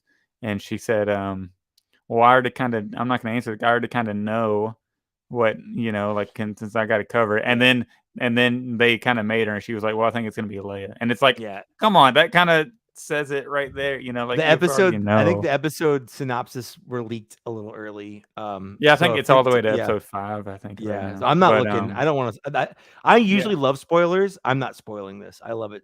Jose Gonzalez, real quick, says Little Leia reminds me of Little Bear from Game of Thrones, and I agree with that 100%. Yep. Yeah, the little was it Baratheon? No, not Baratheon. It's I don't remember the last name. It's that one guy that follows the bear. It's I can't Stannis Baratheon's. No, it's not Baratheon though. It's the guy that follows Khaleesi around. That's like fawning over her. I cannot remember his last name right now. Mormont. That's it. It's Mormont. It's the little blonde girl that gets caught on fire. No, not her. Am I thinking of the wrong person? No. That's that is Little Bear is the Mormont girl, the little girl in Lyanna Mormont. Lyanna Mormont. That's it. There we go. Yeah, that's it. Yeah. Both of them great characters though. Great characters, and both small actors, and they're phenomenal in this. So I liked that. I liked seeing just kind of how the world works. I loved seeing kind of a broken Obi-Wan. Obi-Wan has a day job. He has a day job of making fish steaks in the desert. Yep. Like that's fine. He's got to do something, I guess. But I just like seeing him being withdrawn so much. Like I don't want him to be okay after episode 3. Because all we saw in A New Hope was Ben just living in the desert, and he's fine. Like, he seems fine. But he seems he's over the Vader thing. Yeah, but after Revenge of the Sith, like, Anakin was his brother. Everyone he knows died. He saw his best friend / little brother, son, surrogate, whatever, cut off his arms and legs and catch on fire. Like, he's lost a lot. No one comes out of that okay.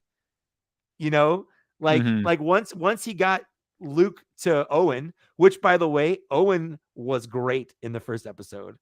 I could see him being the same guy from A New Hope, like the way he acted. That was great. But showing that Obi-Wan isn't okay mentally. And he's denying the call. Yeah. Yes. And I absolutely agree. Like, whenever Bale goes to call him, like, he said, I'm not that guy anymore. Like, it's really important that we see him broken down. Like, he doesn't, at this point, he doesn't believe in himself. That's why he's so 100%. Hesitant to use the saber. Even when he sees Vader, he runs away. I know that's jumping forward. No, we'll get into that, but you're absolutely right. But yeah, that jumps into it. Yeah, like, he's resisting the call, and that's, one of the biggest storytelling tropes. He's resisting the call. He resisted it twice, and it took Bale coming to him to finally get him to go off planet. Yeah. And I think it's awesome. Like, and through the episodes, he's so conflicted about everything that he does. Like, whenever he's guessing everything in the first episode, whenever that guy, he goes to get his pay, and he's like, it's only half. And you see Obi-Wan, he's like, that's when he would normally step in and do something, but he's like, I can't. But he's not. I can't, especially now that Inquisitors are around. Like, that might have been before, but like, it was around the same time. Yeah. But the thing is, and he's not even scared about himself at all. Yeah. He's not even scared really about himself. He's scared about exposing Luke. Is what he's really scared about. And that's part of it. That's why he's like, he's not scared of dying. He's not telling the other Jedi, get the F out of here. Because he doesn't want to get exposed. He's worrying about exposing Luke. Yeah, and he can't all that mess. Yeah, and he can't tell. I don't remember that Jedi's name that he told to go away. He's dead anyway. Yeah. But he can't tell him the reason that Jedi needs to get off Tatooine and go live a normal life, because you can't tell people that that's the chosen. That's the son of Anakin Skywalker. You know, sitting there. And a lot of people, because this episode ends with him starting to leave planet, and Andrew, that is a really good point about he probably blames himself for the death of Qui-Gon Jinn and what happened to Anakin. Yes. And what happened to Anakin. He blames himself for that. He blames himself for all that stuff. You know what? And that's the thing is there's a lot of parallels here between this Obi-Wan and the Luke Skywalker from the sequel trilogy, The Last Jedi. Like it's essentially the same issue he's having where they had this hubris. They had everything figured out. And then everything was taken from them. Everything they loved, everything they built was ripped from them. And now they're trying to do their best to deal with that and kind of protect themselves by withdrawing away from everything. So I absolutely loved everything about this. The only difference is we have more information about what happened to Obi-Wan than what happened to Luke. And I think that's what a lot of people are just missing. If somehow Lucasfilm could delve more and give us kind of that Luke tragedy of what made him turn into there, I'm just accepting it because I get it. But I know there are people that I feel like if they saw what happened, they would be more open to a distraught Luke. Yeah, we need to get a little bit more of the weight of the universe and like what happened to the universe. Is he feels like it's we have a little bit, he needs to end the cycle. Exactly. And that's what Obi-Wan's doing too. They see the cycle and they know, okay, if we start rebuilding, it's just going to happen again. Like the cycle just needs to stop. And the only thing they can do to stop the cycle is to have it end with them. Like they don't want to continue it because it's just going to bring on more pain, more suffering, and all that. So 100%. And I want to mention, I saw this guy complaining on like a Facebook group about how he's like, Kenobi should absolutely not have gotten off world because he needs to be there to protect Luke. And you know what I replied? I think I mentioned something like, you don't think going to save Leia is important enough to leave Luke alone for a week? Like he'll be fine. And then he replied complaining about it again. And all I said was, I put in quotes, she's just as important as he is, which is like what Bale told That's Obi-Wan. what Bale says. Yeah, that's 100%. Exactly what Bale says. Yeah. She's just as important as he is. And he's 100% right. He's 100% right. They're twins. They have. So I just thought that was like badass because I was like, 100%. I just put the quote of the show in there. Yeah. And that's one of the things I think a lot of people, I don't know if they're just willingly ignoring answers that the show has given. Like the show's done, I feel has done a good job of giving these reasons of why the characters do what they do. And Obi-Wan resisted leaving. He didn't want to leave. He was actually on board and agreeing with that guy that was complaining. And it took, Bail Organa physically coming to Obi-Wan and basically forcing his hand and making him realize that, yes, they're both equally important for the future of the galaxy. So 100%. And before we move on to the episode 2, I just let's jump back to and then let's segue this into your thoughts about the whole Reva situation. Okay. So whenever like the second scene of the show, I guess, like the Grand Inquisitor talking about compassion leaves a trail, and he looks at the lightsaber scarring on the walls and stuff. Like I thought that was insanely awesome. Great, absolutely. The fact that like compassion leaves a trail, and it does. And then Reva is unhinged. She throws a freaking dagger right at dude's face, and of course the guy's gonna stop it. That's so smart, and that's amazing. It was smart. That's the thing is Reva is unhinged, just like I would argue Anakin to an extent, and definitely Kylo Ren. I mean, we saw what he did in episode 2 to the Tuskens and all that. 100%. Like she does what she thinks is necessary.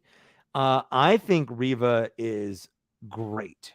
I think she's a great character, and I think her motivations are right there. Like, sure, she might have been one of those little Padawans or whatever, but like that doesn't matter. Her goal, she has the same ambition any other person in her position would have. She wants to be the Grand Inquisitor.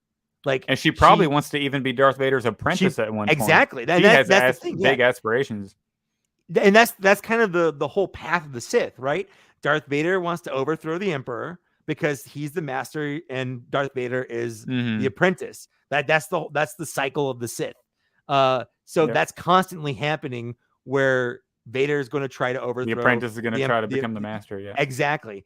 And then the apprentice has to have like sub apprentices like lined up. Like Dooku had Asajj Ventress, like in that little pocket of his. Yeah, he was grooming Asajj to be his apprentice when he overthrew Sidious, and that never happened, obviously, but that's how it is. So, and it's the same thing, like essentially Reva is being Starkiller from The Force Unleashed in this, where he's like grooming her to essentially be his apprentice and goading her. And I think secretly he's probably doing this with all the Inquisitors, like on the DL. Yeah. That just seems like a very Vader thing to do, is have them vie over each other to be that person. Oh yeah, absolutely. You want it to be competition. Yeah, you want that competition, and the best person will get the job. And that's exactly like whenever at the end of Fallen Order, whenever he walks up to Trilla and he's like, you failed. Like, I've been watching you for a while. Like, it's like, sorry, you're done. Like, you're out of this competition. You're not, we can you're replaceable.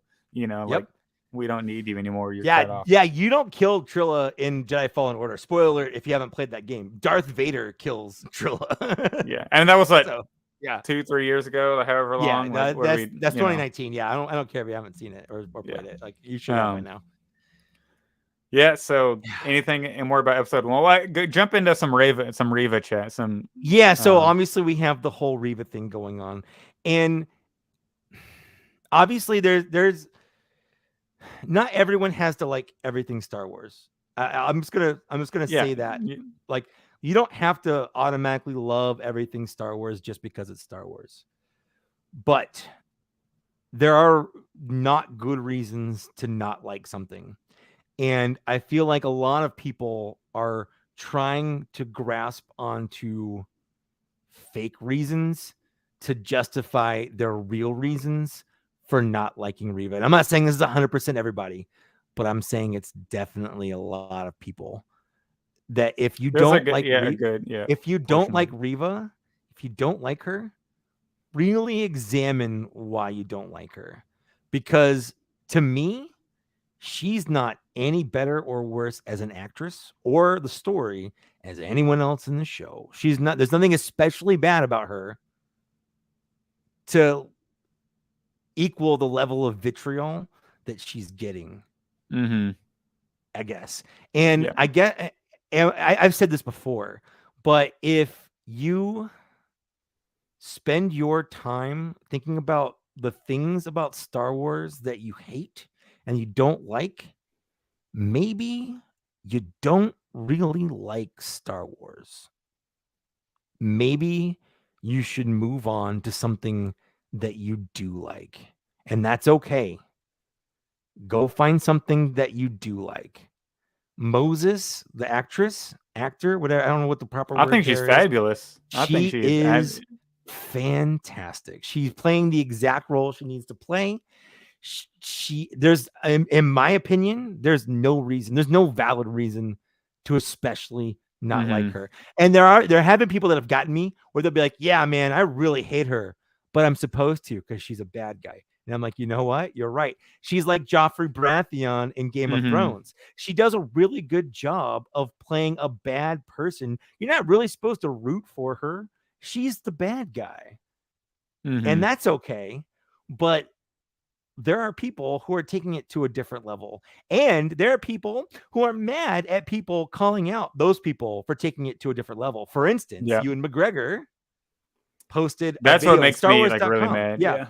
So there's two camps here. There are the people that are doing it and they're mad that they're getting called out by people that are in Star Wars saying like, oh, well, I can't not like something. Yeah, man, if your reasoning for not liking something is based on a gender or color of someone's skin, then yeah, you're not allowed to not like that. That's not a good reason to not like something. It's just not. I don't like you're not allowed to have those opinions. You're just not, because it's not a good reason.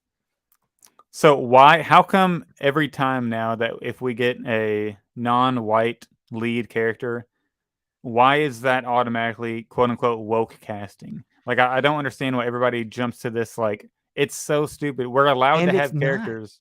Yeah, It's I hate the like, term. I hate the term forced diversity because it implies there's a diversity level they're okay with. I guess when in reality there isn't a diversity level they're okay with. If you know what I mean. Like when you're creating characters, you're literally forcing them into existence. If I'm writing a book, every character is a character that didn't exist before, and they have to have things about them to make them a character. They have to have a gender. They have to have some kind of sexual preference. They have to have a skin color. Like everyone has those things. I'm not gonna create a character that's an amorphous blob. You know, to make them a real character, just like me, I have a color of my skin. I have a gender. I have a sexual preference. Just because mine is quote unquote normal, I guess. You know, it's not normal, but it's like the majority. I'm cisgendered. I'm white. I'm a dude. Whatever. Like just because that matches up with other people and they like that better, that's not okay.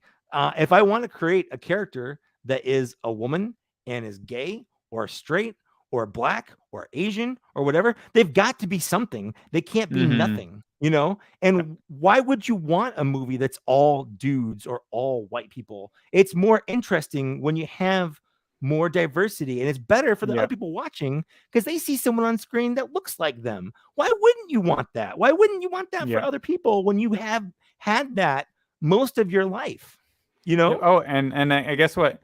The main leading actor in the show is a white male.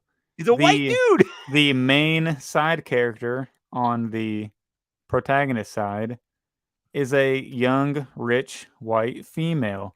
Like, we're allowed to have a non-white leading villain who also takes a back seat when you see the most legendary villain come on the screen. Like, we're allowed to we don't have to have an all-white cast. Nope. You know, this isn't the 1960s anymore.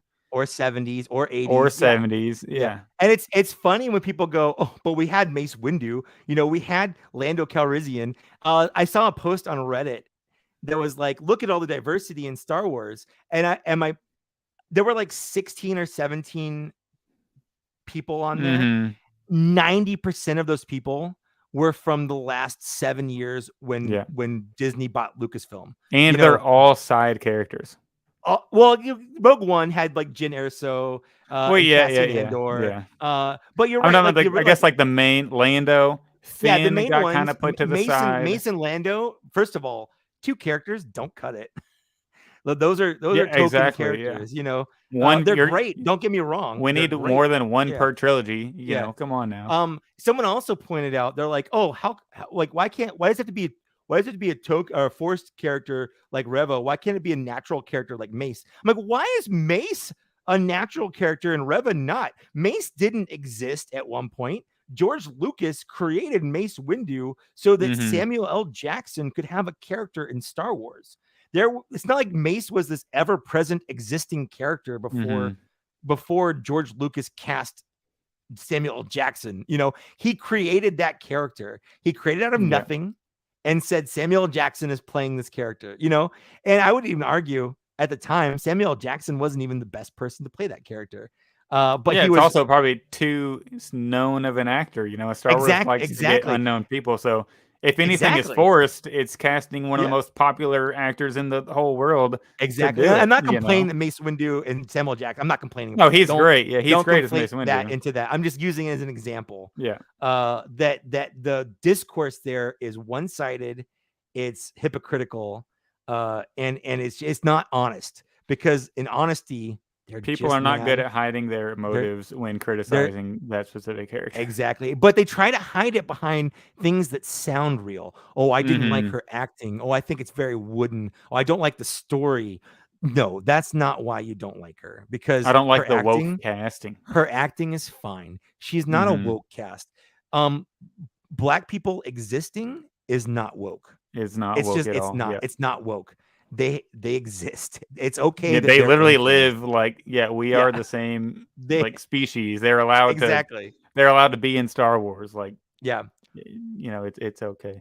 And it's just really sad that every time, like the fandom, and it's a bad, little section of the fandom, but they're so loud. Like they're just pushing these actors and like amazing actresses away from Star Wars. Because look at what happened with Kelly Marie Tran. It's happening with Moses now. Finn. I've seen people John try to Boyega deny. Actually got it. Yeah. I've seen people try and deny things like what happened with Ahmed Best or Jake Lloyd in the prequels. Yeah. They've flat out denied that ever happened. Like, I don't think that really happened. Like, what are you talking about? It happened. I don't know how to prove to you that Ahmed Best almost killed himself because of the backlash he got for playing Jar Jar Binks. Yeah, and Jake Lloyd went down a bad path of like drugs. He's still in a bad path. I'm pretty sure he's in a mental institution right now. At least he was for a little bit, very recently.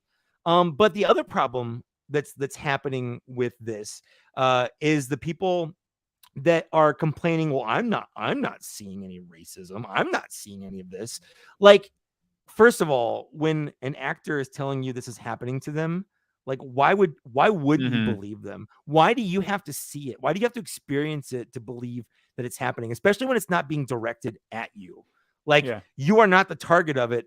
Of course you wouldn't see it. People are complaining about the level of feedback that people like us are giving, like trying to speak down against the racism, and they're complaining, oh, I see more about that than racism. If you see any racism, of course it should be overwhelmingly shouted down.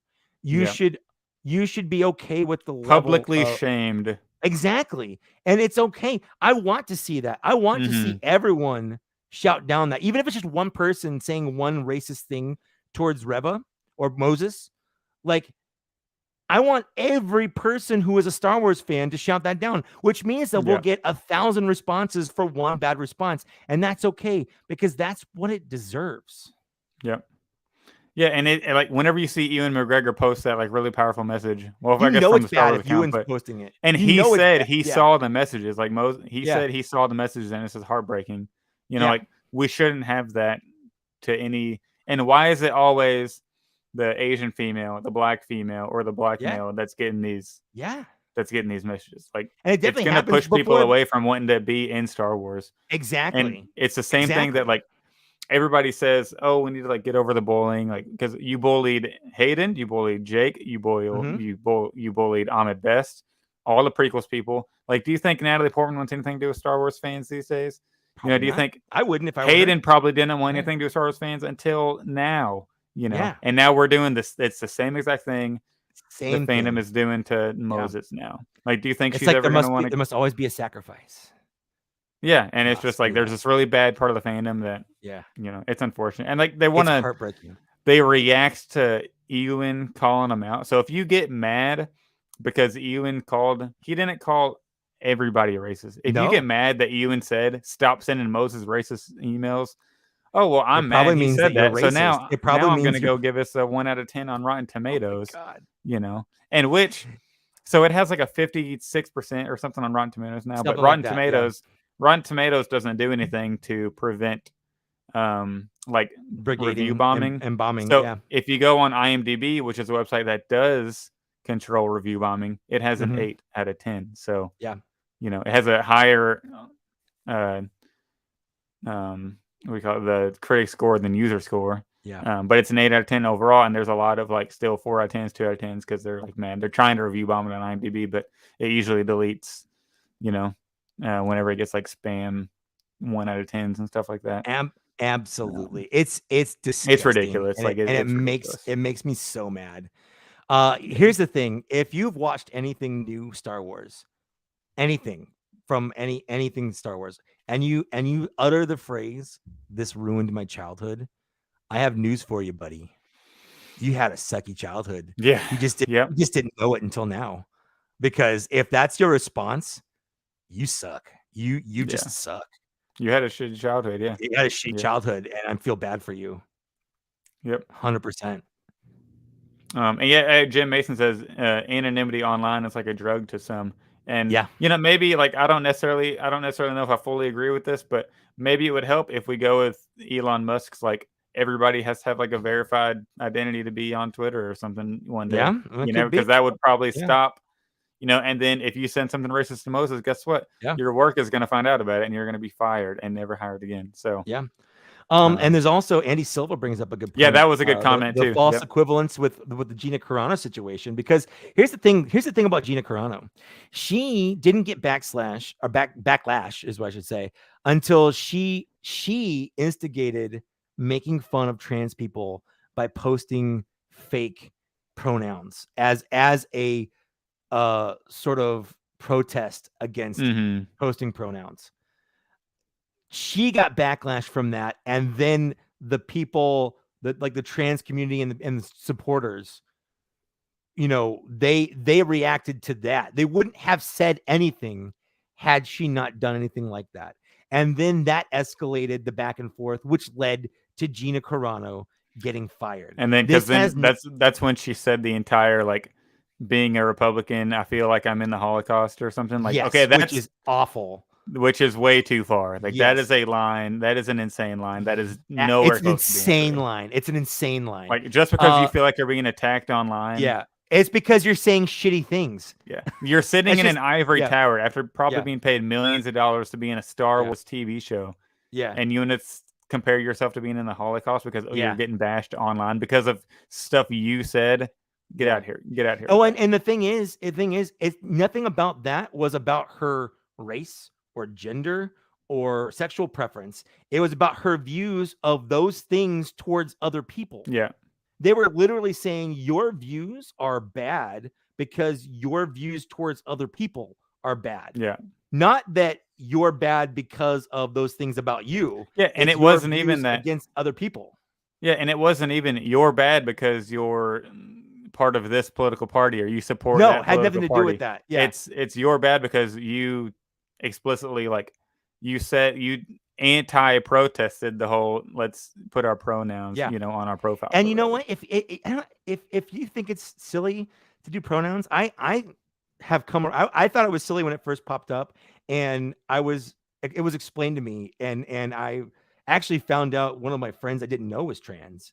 And I didn't know, and so I came from a place of ignorance, and now I put my pronouns on there because it is nice if you don't know someone to see, okay, these are my pronouns. Like mine are normal, but not normal. I guess mine are cis, whatever that is. But it's nice to know if you don't know someone, kind of how to address them, essentially. Yeah. Because it sucks making a mistake and then having to get corrected. So I'd rather not get corrected at all if someone's pronouns are different than how they might be presenting or what I initially think they should be or are. Yeah. You know.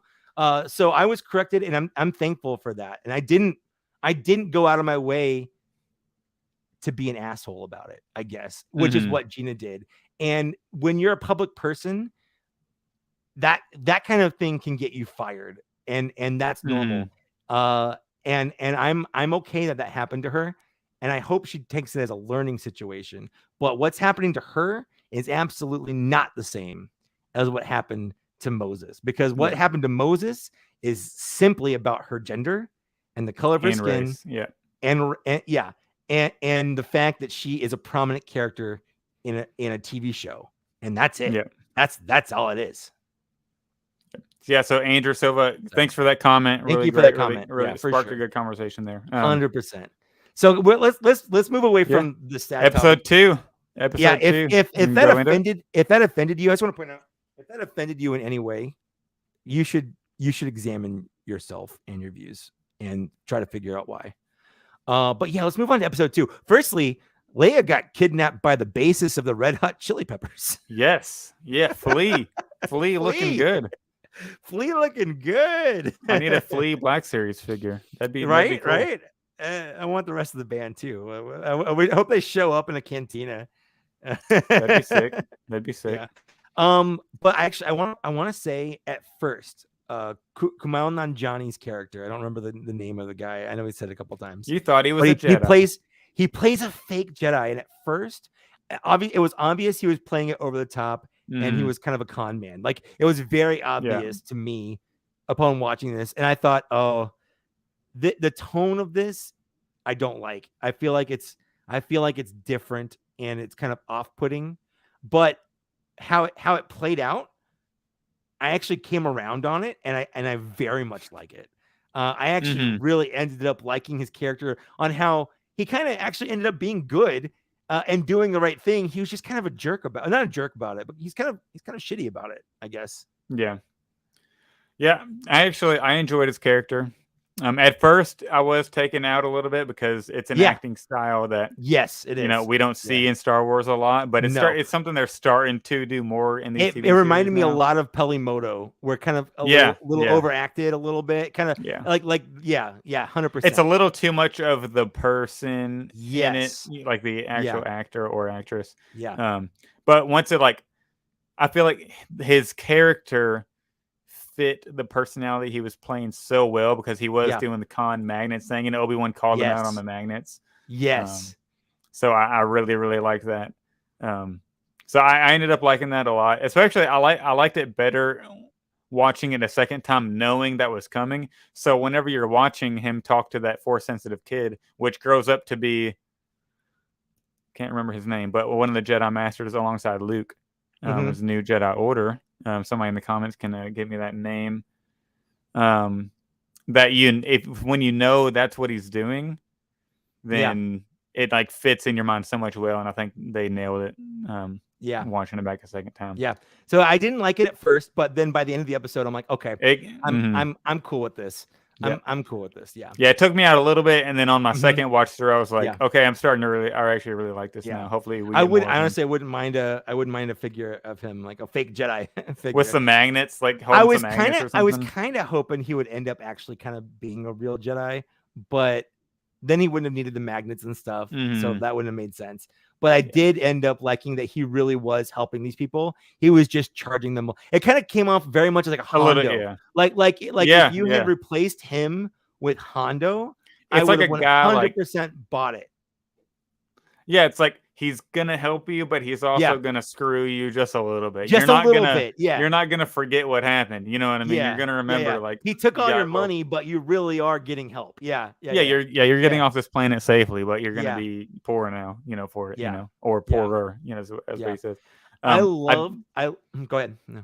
Oh, no, I was gonna jump to a different topic. Go ahead with this. Real quick. Yeah, me too. I was gonna say I love the interaction between Obi-Wan and Leia as he was trying to rescue her, and she's resisting because she's smart. She knows she punches lying, him in the nuts real quick or the gut. The first time she sees him, which is bad. It's amazing. Which it just shows kind of how tenacious she is, how kind of smart she is. Yeah. She knows he's lying. So how much can he trust her, or how much can she trust him? I should say. Yeah. If she knows he's lying, and she could probably tell he's lying, from the Force, having that kind of sense about people. She can read people, very well, which means she's a great senator, eventually. Exactly. It makes her a good politician and stuff. But I love that she knows he's lying, so she's kind of trying to get away from him because he won't tell her the truth, and she knows it. And I love that dynamic where he's actively trying to help her and rescue her, and she's like, "No, I don't trust you," which is kind of I liked it. I like that dynamic. What I was gonna jump to was I absolutely need a Black Series figure of the Breaking Bad Obi-Wan Kenobi with the goggles. Oh yeah, with the goggles. Yeah, the meth lab Obi-Wan. The meth lab Obi-Wan. What are they gonna call that? Spice Lab Obi-Wan Kenobi. Spice Lab Obi-Wan. Yeah, I love that. He got his daughter gave him some spice. Yeah, that was Ewan McGregor's daughter. Did you know that scene was super inspired by Breaking Bad? Because even the soundtrack of that, it has that kind of 100%. And then Deborah Chow brought one of the writers of Breaking Bad in to do some of this show with her. So one of the like a screenplay or something for Breaking Bad. Deborah Chow brought her in. I can't really to help on this show. So that's there's a big Breaking Bad influence. That's on it. Fun. So I had this other thought. Yesterday. Is Deborah Chow writing this to create a relationship between Ben Kenobi and Leia that didn't exist before this? Because Han and Leia named their kid Ben. That doesn't make sense for them to do. Leia never had in Star Wars, Leia never had a relationship with Ben Kenobi. She knew who Obi-Wan was. And then when Luke said, "I'm here with Ben Kenobi," she goes, "Ben Kenobi, where is he?" Because she knows she knows Ben Kenobi. When she was making a message for Obi-Wan, she didn't go, "Ben, I don't think hey, she knew. Yeah. She didn't go, "Ben, hey, it's me, Leia. We knew each other a long time ago." She was leaving a message for Obi-Wan, a guy she didn't know, but she knew Ben. And when Luke dropped that name, she was like, "Ben?" Freaked out. Yeah. Exactly. I think that was a happy coincidence, but I think Deborah Chow is creating this story to connect those pieces that weren't connected before, and I love it. Yeah, absolutely. I think it's like, between episodes 3 and 4, like it's always been this big sort of like mystery, like missing puzzle pieces, everywhere. We don't know like what's happening. Well, we know kind of what's happening in the galaxy, but it also goes back to like it's showing what the Empire can and can't do right now, because the Senate is still kind of a thing. Like the Empire doesn't have full autonomy right now. Well, it's the Imperial Senate, but they can't just the go Imperial like Senate kill doesn't get everybody right disbanded now until A New Hope. Yeah, A New Hope. That's why the Inquisitors can't be as aggressive as Reva wants to be. That's why they're holding it back. Exactly. I love every time Reva does something, all the other Inquisitors like, oh. Yeah, no, they're like, this lady. The worst. Yeah. She's like, this girl over here. Yeah. Jeez. I love that. Yeah. And going back to the Ben and Leia relationship. And I think it's super plausible that they could have that she could. I mean, maybe they don't have a ton going forward, after he saves her. This is enough. But honestly. this is perfect, because she'll be like, oh, Ben Kenobi, like he saved me, when I was younger. And she sends that formal request to Obi-Wan, so she doesn't necessarily put it together that that's Ben, because every time in this series when he's referred to as Obi-Wan, she's not really around. But she could have seen that picture where it says Obi-Wan Kenobi, the hologram or whatever. But like, what are the odds? Like, she could miss that. She could just see the picture, and like the text could be covered, or she could forget it, or he calls whatever, her Ben. He introduces himself as Ben. He is to her, he's Ben Kenobi. Yeah. Because the biggest thing is that she gets excited on the Death Star when Luke says, "I'm here with Ben Kenobi." Exactly. Ben Kenobi, she gets up and runs out of the room. She knows, like, because Luke says, "I'm here to rescue you." She's laying there like, okay. Then he says, Ben Kenobi. She's like, oh, it's time to go. Like, he's done this before. Like, let's go. I love that guy. Yeah, absolutely. So I think that was kind of a fun little nod that I didn't put together until just a day or two ago. Absolutely. So and people say like Leia didn't console, or Leia wasn't sad. But also, like, I think she's really good at kind of hiding her feelings, because she didn't react to the Death Star blowing her plane up. And she could have reacted off screen to Ben dying and like the Death Star and all that. But sometimes you got to compartmentalize stuff, And that really wasn't. And just to like get it down like brass tacks, like that just wasn't really the style of movies back then to show people, to like consoling themselves too much. Like literally Leia had just seen her planet get destroyed, and yet she's putting like a blanket over Luke because old man died, that he met 10 minutes ago, like she had a much bigger thing happen to her than Luke did, and she's like, oh, here you go, Luke, here's a blanket. It's just one of those things. I feel like a lot of people are expecting Star Wars to have had this master plan from the beginning, but it's a running change. George Lucas knew all of the stuff, and he had it all planned out. Luke was always Leia's brother. Darth Vader was always Luke's father, when in reality, that wasn't the case. This isn't Tolkien here. George Lucas didn't sit down and write an entire galactic backstory and create 3 languages before he started to write his first book. He was literally kind of, he had like a story, but as we talked about earlier in the episode, his story was vastly different from what we got in the movies. The Star Wars with the Ralph McQuarrie stuff, like the basics are there. Some of the characters are there, but the actual story and the relationships changed vastly over the course of even that original trilogy.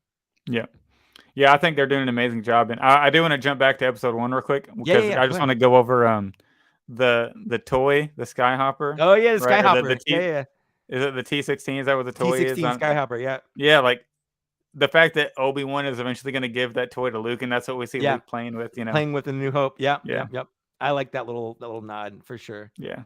Yeah, and Jim, that's a really good point. Leia is an expert at putting everybody before herself, like any great leader. And you got to think, like, if she meets Darth Vader in this series, people are going to complain so hard. But you got to remember, and like, I don't necessarily know if that's going to happen, but obviously at the end of episode 3, we see her meet Reva. So that's Reva, like maybe she is going to come across Darth Vader. Like, you never know. But in A New Hope, she clearly knows who Vader is already. Because, she doesn't go, who are you? Yeah. Yeah, she's like, Lord Vader. Like, I would expect, and then she's like, I would expect Tarkin to be holding your leash. Like, she's talking shit to this guy. So and they've had interactions in the past. They've had interactions before, just like she had interactions with Tarkin too. She even said, I should have smelled your stench, when I was brought on board. Like she knows these people. She's interacted with these people before because she's on the Senate. She is a senator at this point in A New Hope. Yeah, and people who are complaining like, oh, she's too like precocious and she talks back too much. Her mother was a queen at the age of 13. Yeah. Or 14. I don't know what the math is, but age 13, she was the queen of a planet at age 13. Well, and both her moms were. Both her moms were. Yes, her adopted mom point. And her real mom. Like she has a pedigree right there. So you know what? She does have an attitude, and that's okay, she has some force sensitivity. Like Leia has an attitude. She just does. Get over it. Yeah. Watch episode 4 one more time, and then you'll realize it. I feel like a lot of people complaining about the little Leia character hadn't watched episode 4 in like 12 years. So that's just my opinion. Sure, absolutely. So that was fun, and then that brings us, I think, over to episode 3, the latest. Well, first, what I missed? Just mention that Obi-Wan's reaction to the Vader reveal. Oh, the PTSD. The eye acting in the face, like, and then it cuts. That was Hayden as Vader. Oh, I guess we should also talk about Reva stabbing the Grand Inquisitor in the chest. Yes, can't pass that. I guess we should talk about that too. I love the reveal. It's clear that Obi-Wan legitimately thought Anakin died, and obviously he's been hiding out on this backwater planet. So he hasn't been getting all the latest news in the galaxy. He doesn't know. I don't even think Darth Vader is widely, like, he's not like a public figure. Yeah, he's not even widely known. Yeah. It's not like everyone's like, oh, there goes Darth Vader. Like everyone salute Vader or whatever. Like he's not like this public figure. So of course Obi-Wan probably he doesn't know that Anakin's alive and Darth Vader's alive and they're the same person. So I love that reveal for sure. 100%. Yeah. The acting is great. And I feel like it's pretty plausible that she would know Anakin is Vader because if she is assuming she's that little she's the black girl at the beginning of one of the younglings from one of the Padawans, like, because it kind of focuses on her. Which, by the way, that was a little rough opening with a scene like that just after the shooting in Texas. That was tough. 100%. Yeah, that was tough. It's a little different when it's real like that. It's pretty plausible she could have either seen Anakin leading the 501st eventually, or she could have seen the hologram that Obi-Wan and Yoda watch, where he's being knighted or coronated. There's as a lot Vader. There's a lot she connects of the dots, for sure. Yeah. So, but the Grand Inquisitor, he is definitely alive. We are watching a saga where Darth Maul gets cut in half and then lives as a spider for years. Darth Vader gets all of his limbs cut off and burns in lava, and he's still alive. Like, Palpatine somehow returns. I had to throw that in somehow there. The Grand Inquisitor returns. But there's also I shared that little snippet with you that someone asked the writer. Let me bring it up here.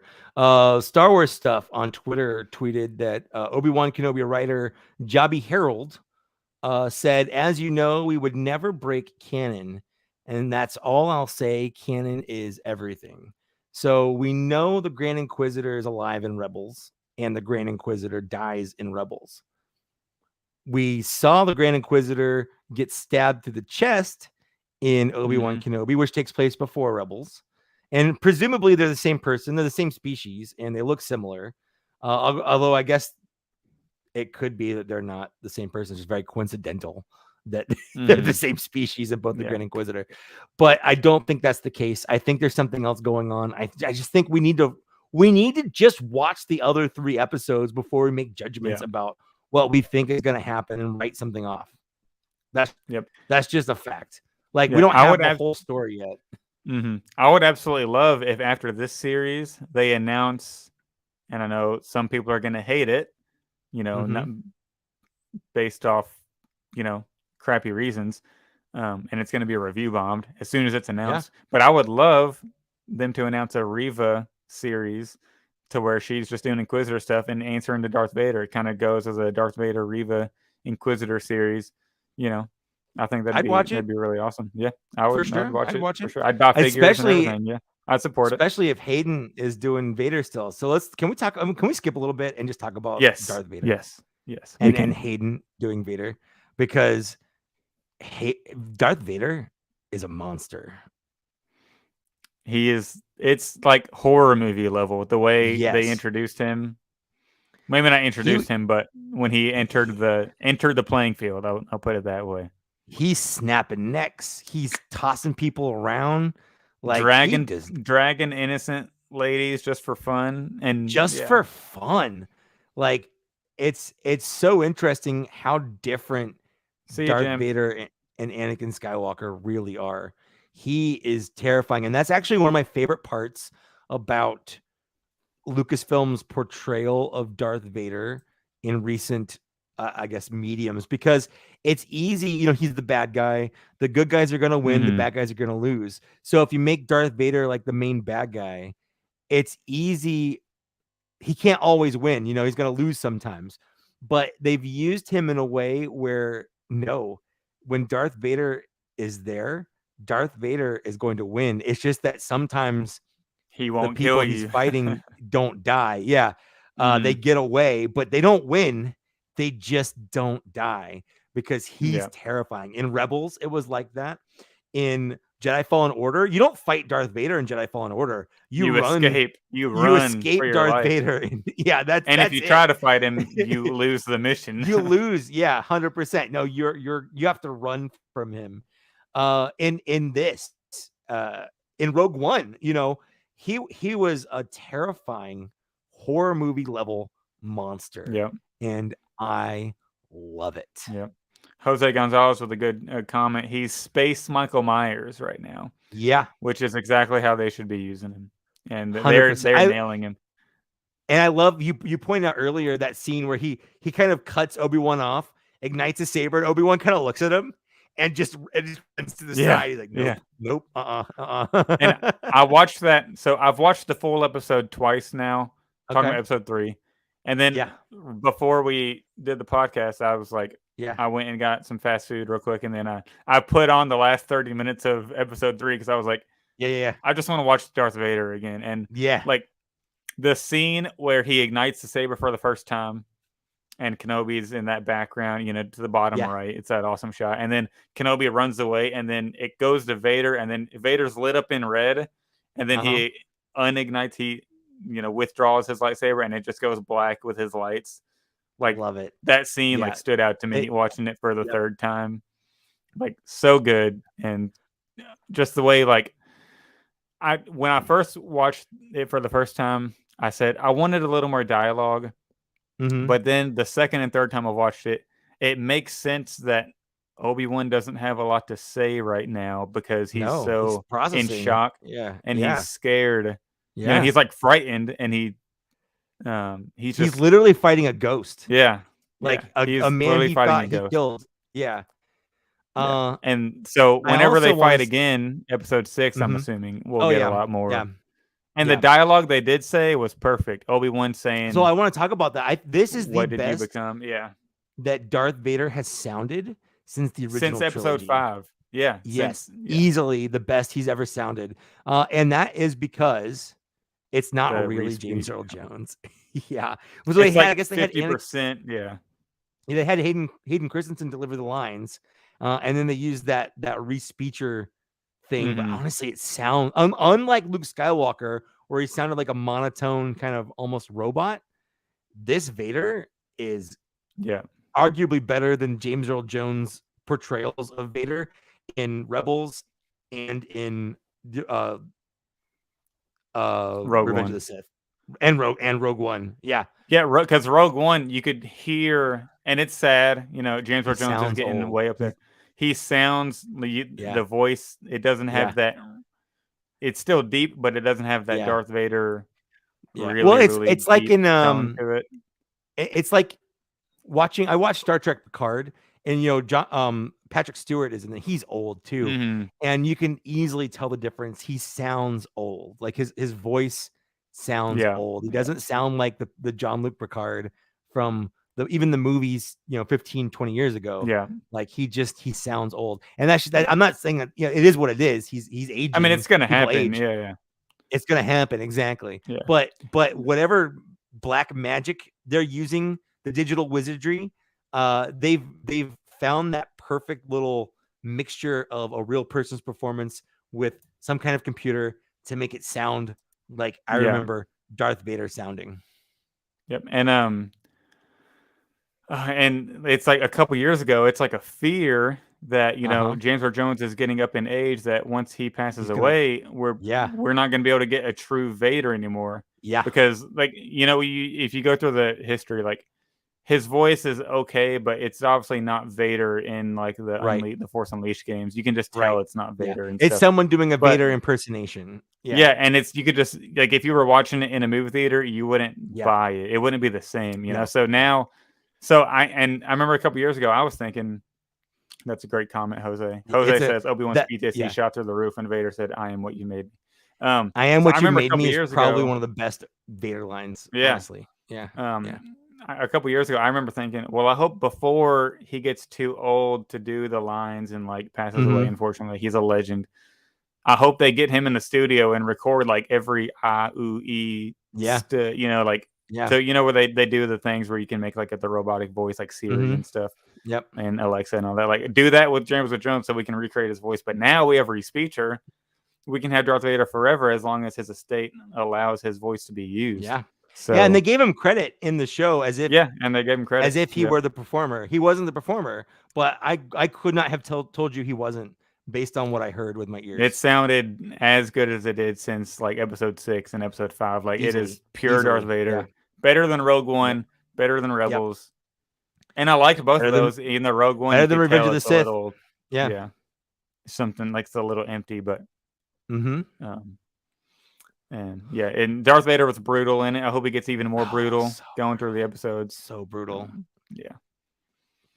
I'm looking forward to more. I'm glad that they're basically saying it's getting a second season or a sequel or whatever. Like we're getting more Obi-Wan Kenobi, and I am very excited for it because it's easily the best so far right now live action Star Wars show that we've had.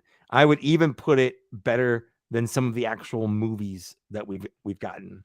Oh yeah, absolutely. Because I think this is I think it's the best Disney project so far. I agree. That might be bold because Rogue One is amazing. And I absolutely adore The Force Awakens, but mine, and it's a little early, it's not over yet, but I would like Empire. We have 3 more episodes to go. Like it's up there, man. It's up there. And honestly, like I'm not saying you have to like it. If you're watching this and you're just not enjoying it, that's fine. You don't have to enjoy it. Just don't be racist. All I'm saying to you is think about why you don't enjoy it and make sure your reasonings for not enjoying it are valid reasons.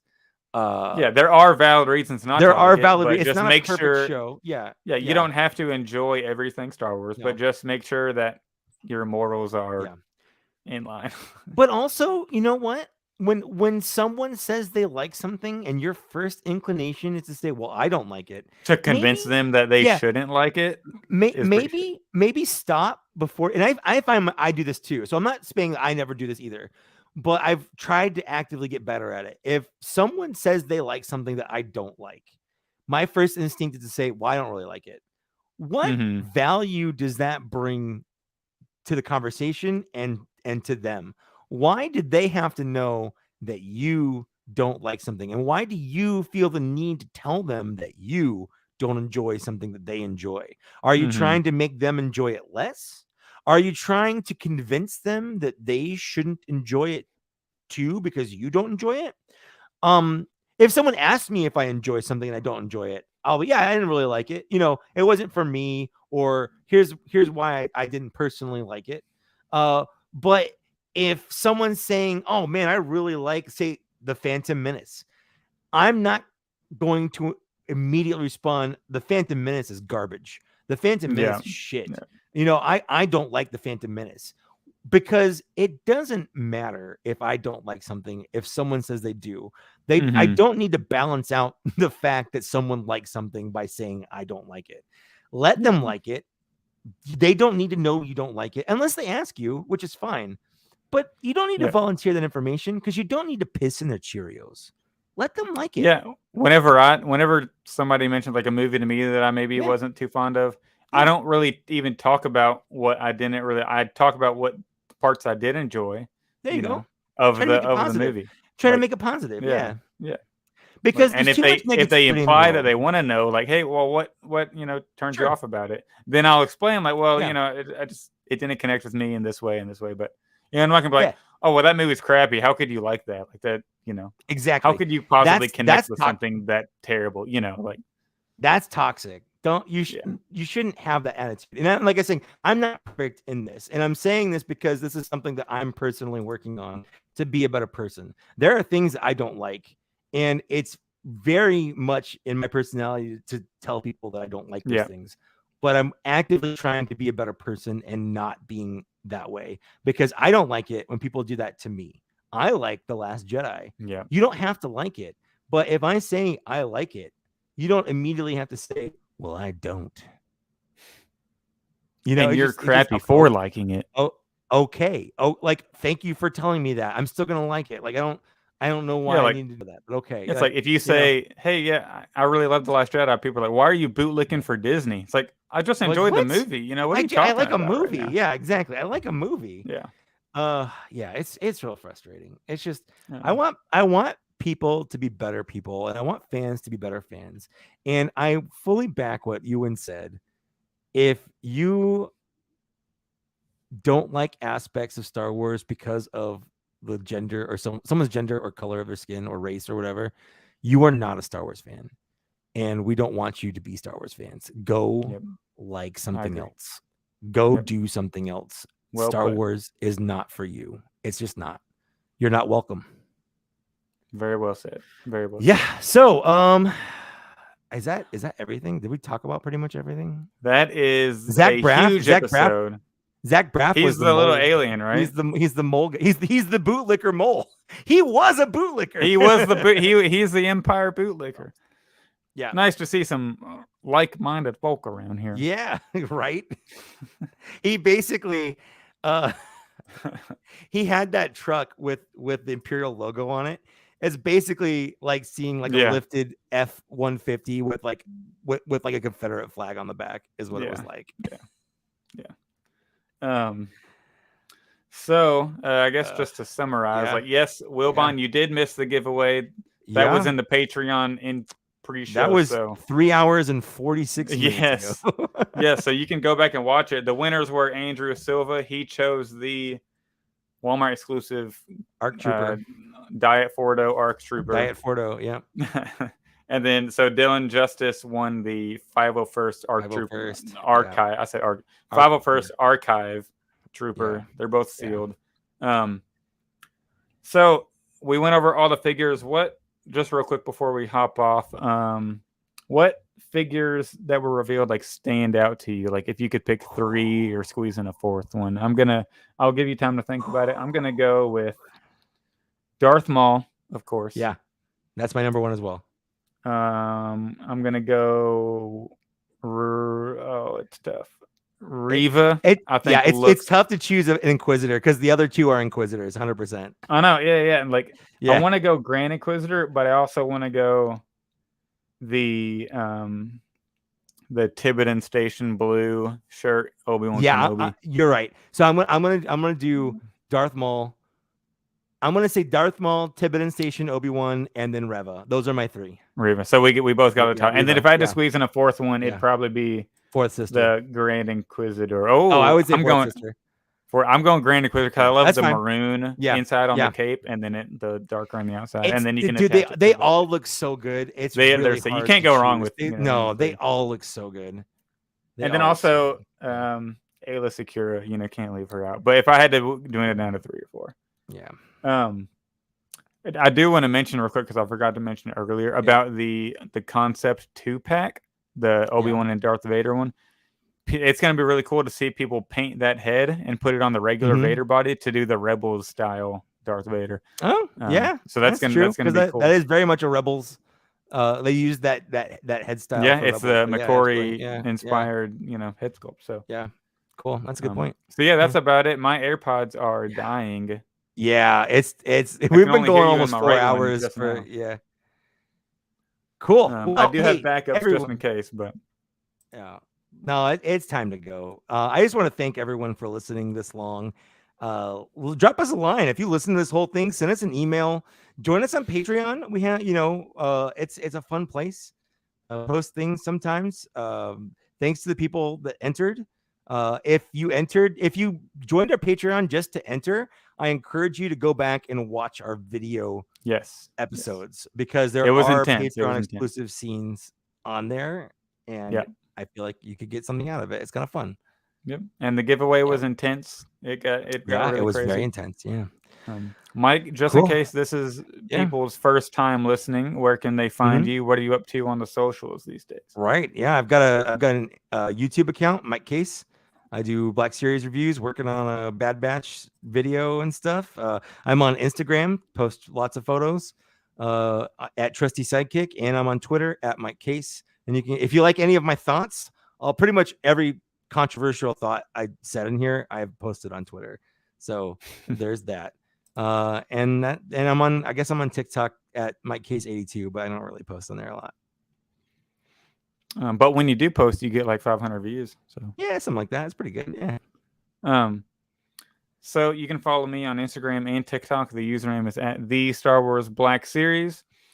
You can also follow us on Twitter at TBS Cantina. You can email us if you want to, blackseriescantina@gmail.com. You can subscribe to our Patreon to be eligible for free giveaways and in the future video in the future, and the video version of the podcast every episode we release. If you do the $5 and who knows, tier. we might start doing more live streams for people at specific tiers. So keep that in mind. I can't hear. Zach's got to change his headphones. AirPods died. Funny. We went too long and his AirPods died. That's, you know what? I feel like that is an achievement. I can hear you. Can you hear me? Yeah, I can hear you. I'm leaving this in, by the way. I think this is a good podcast. That's fine. We recorded so long. We're at 3 hours 51 minutes, including my AirPods it's an achievement. Completely died. Yeah. It's an achievement. Achievement unlocked.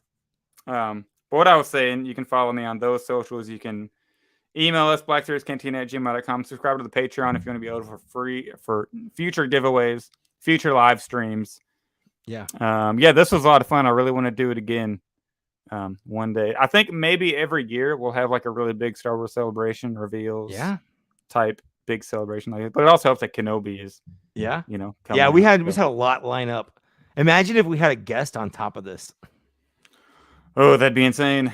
We'd go 6 hours. I would need 2 AirPods. You need two different sets of AirPods. Yeah. Yeah. That's why I got these have a 20-hour life on them. Yeah, I need to get something in case we keep going 4 hours like this. So thanks everybody thank you all the so Patreon much. members who jumped in the chat. Absolutely. And watched us live. And if you're not on Patreon, like I said, just drop us an email. We love to hear from people that listen to us. Yep, absolutely. So I'm gonna everybody enjoy Kenobi next episode coming out. Looking forward to it. Be sure to listen to our episode 22 for any future Black Series reveal coverage and more Kenobi chat. Cool. Thanks for listening. Goodbye there. Is that how you say bye? Oh, geez. Bye.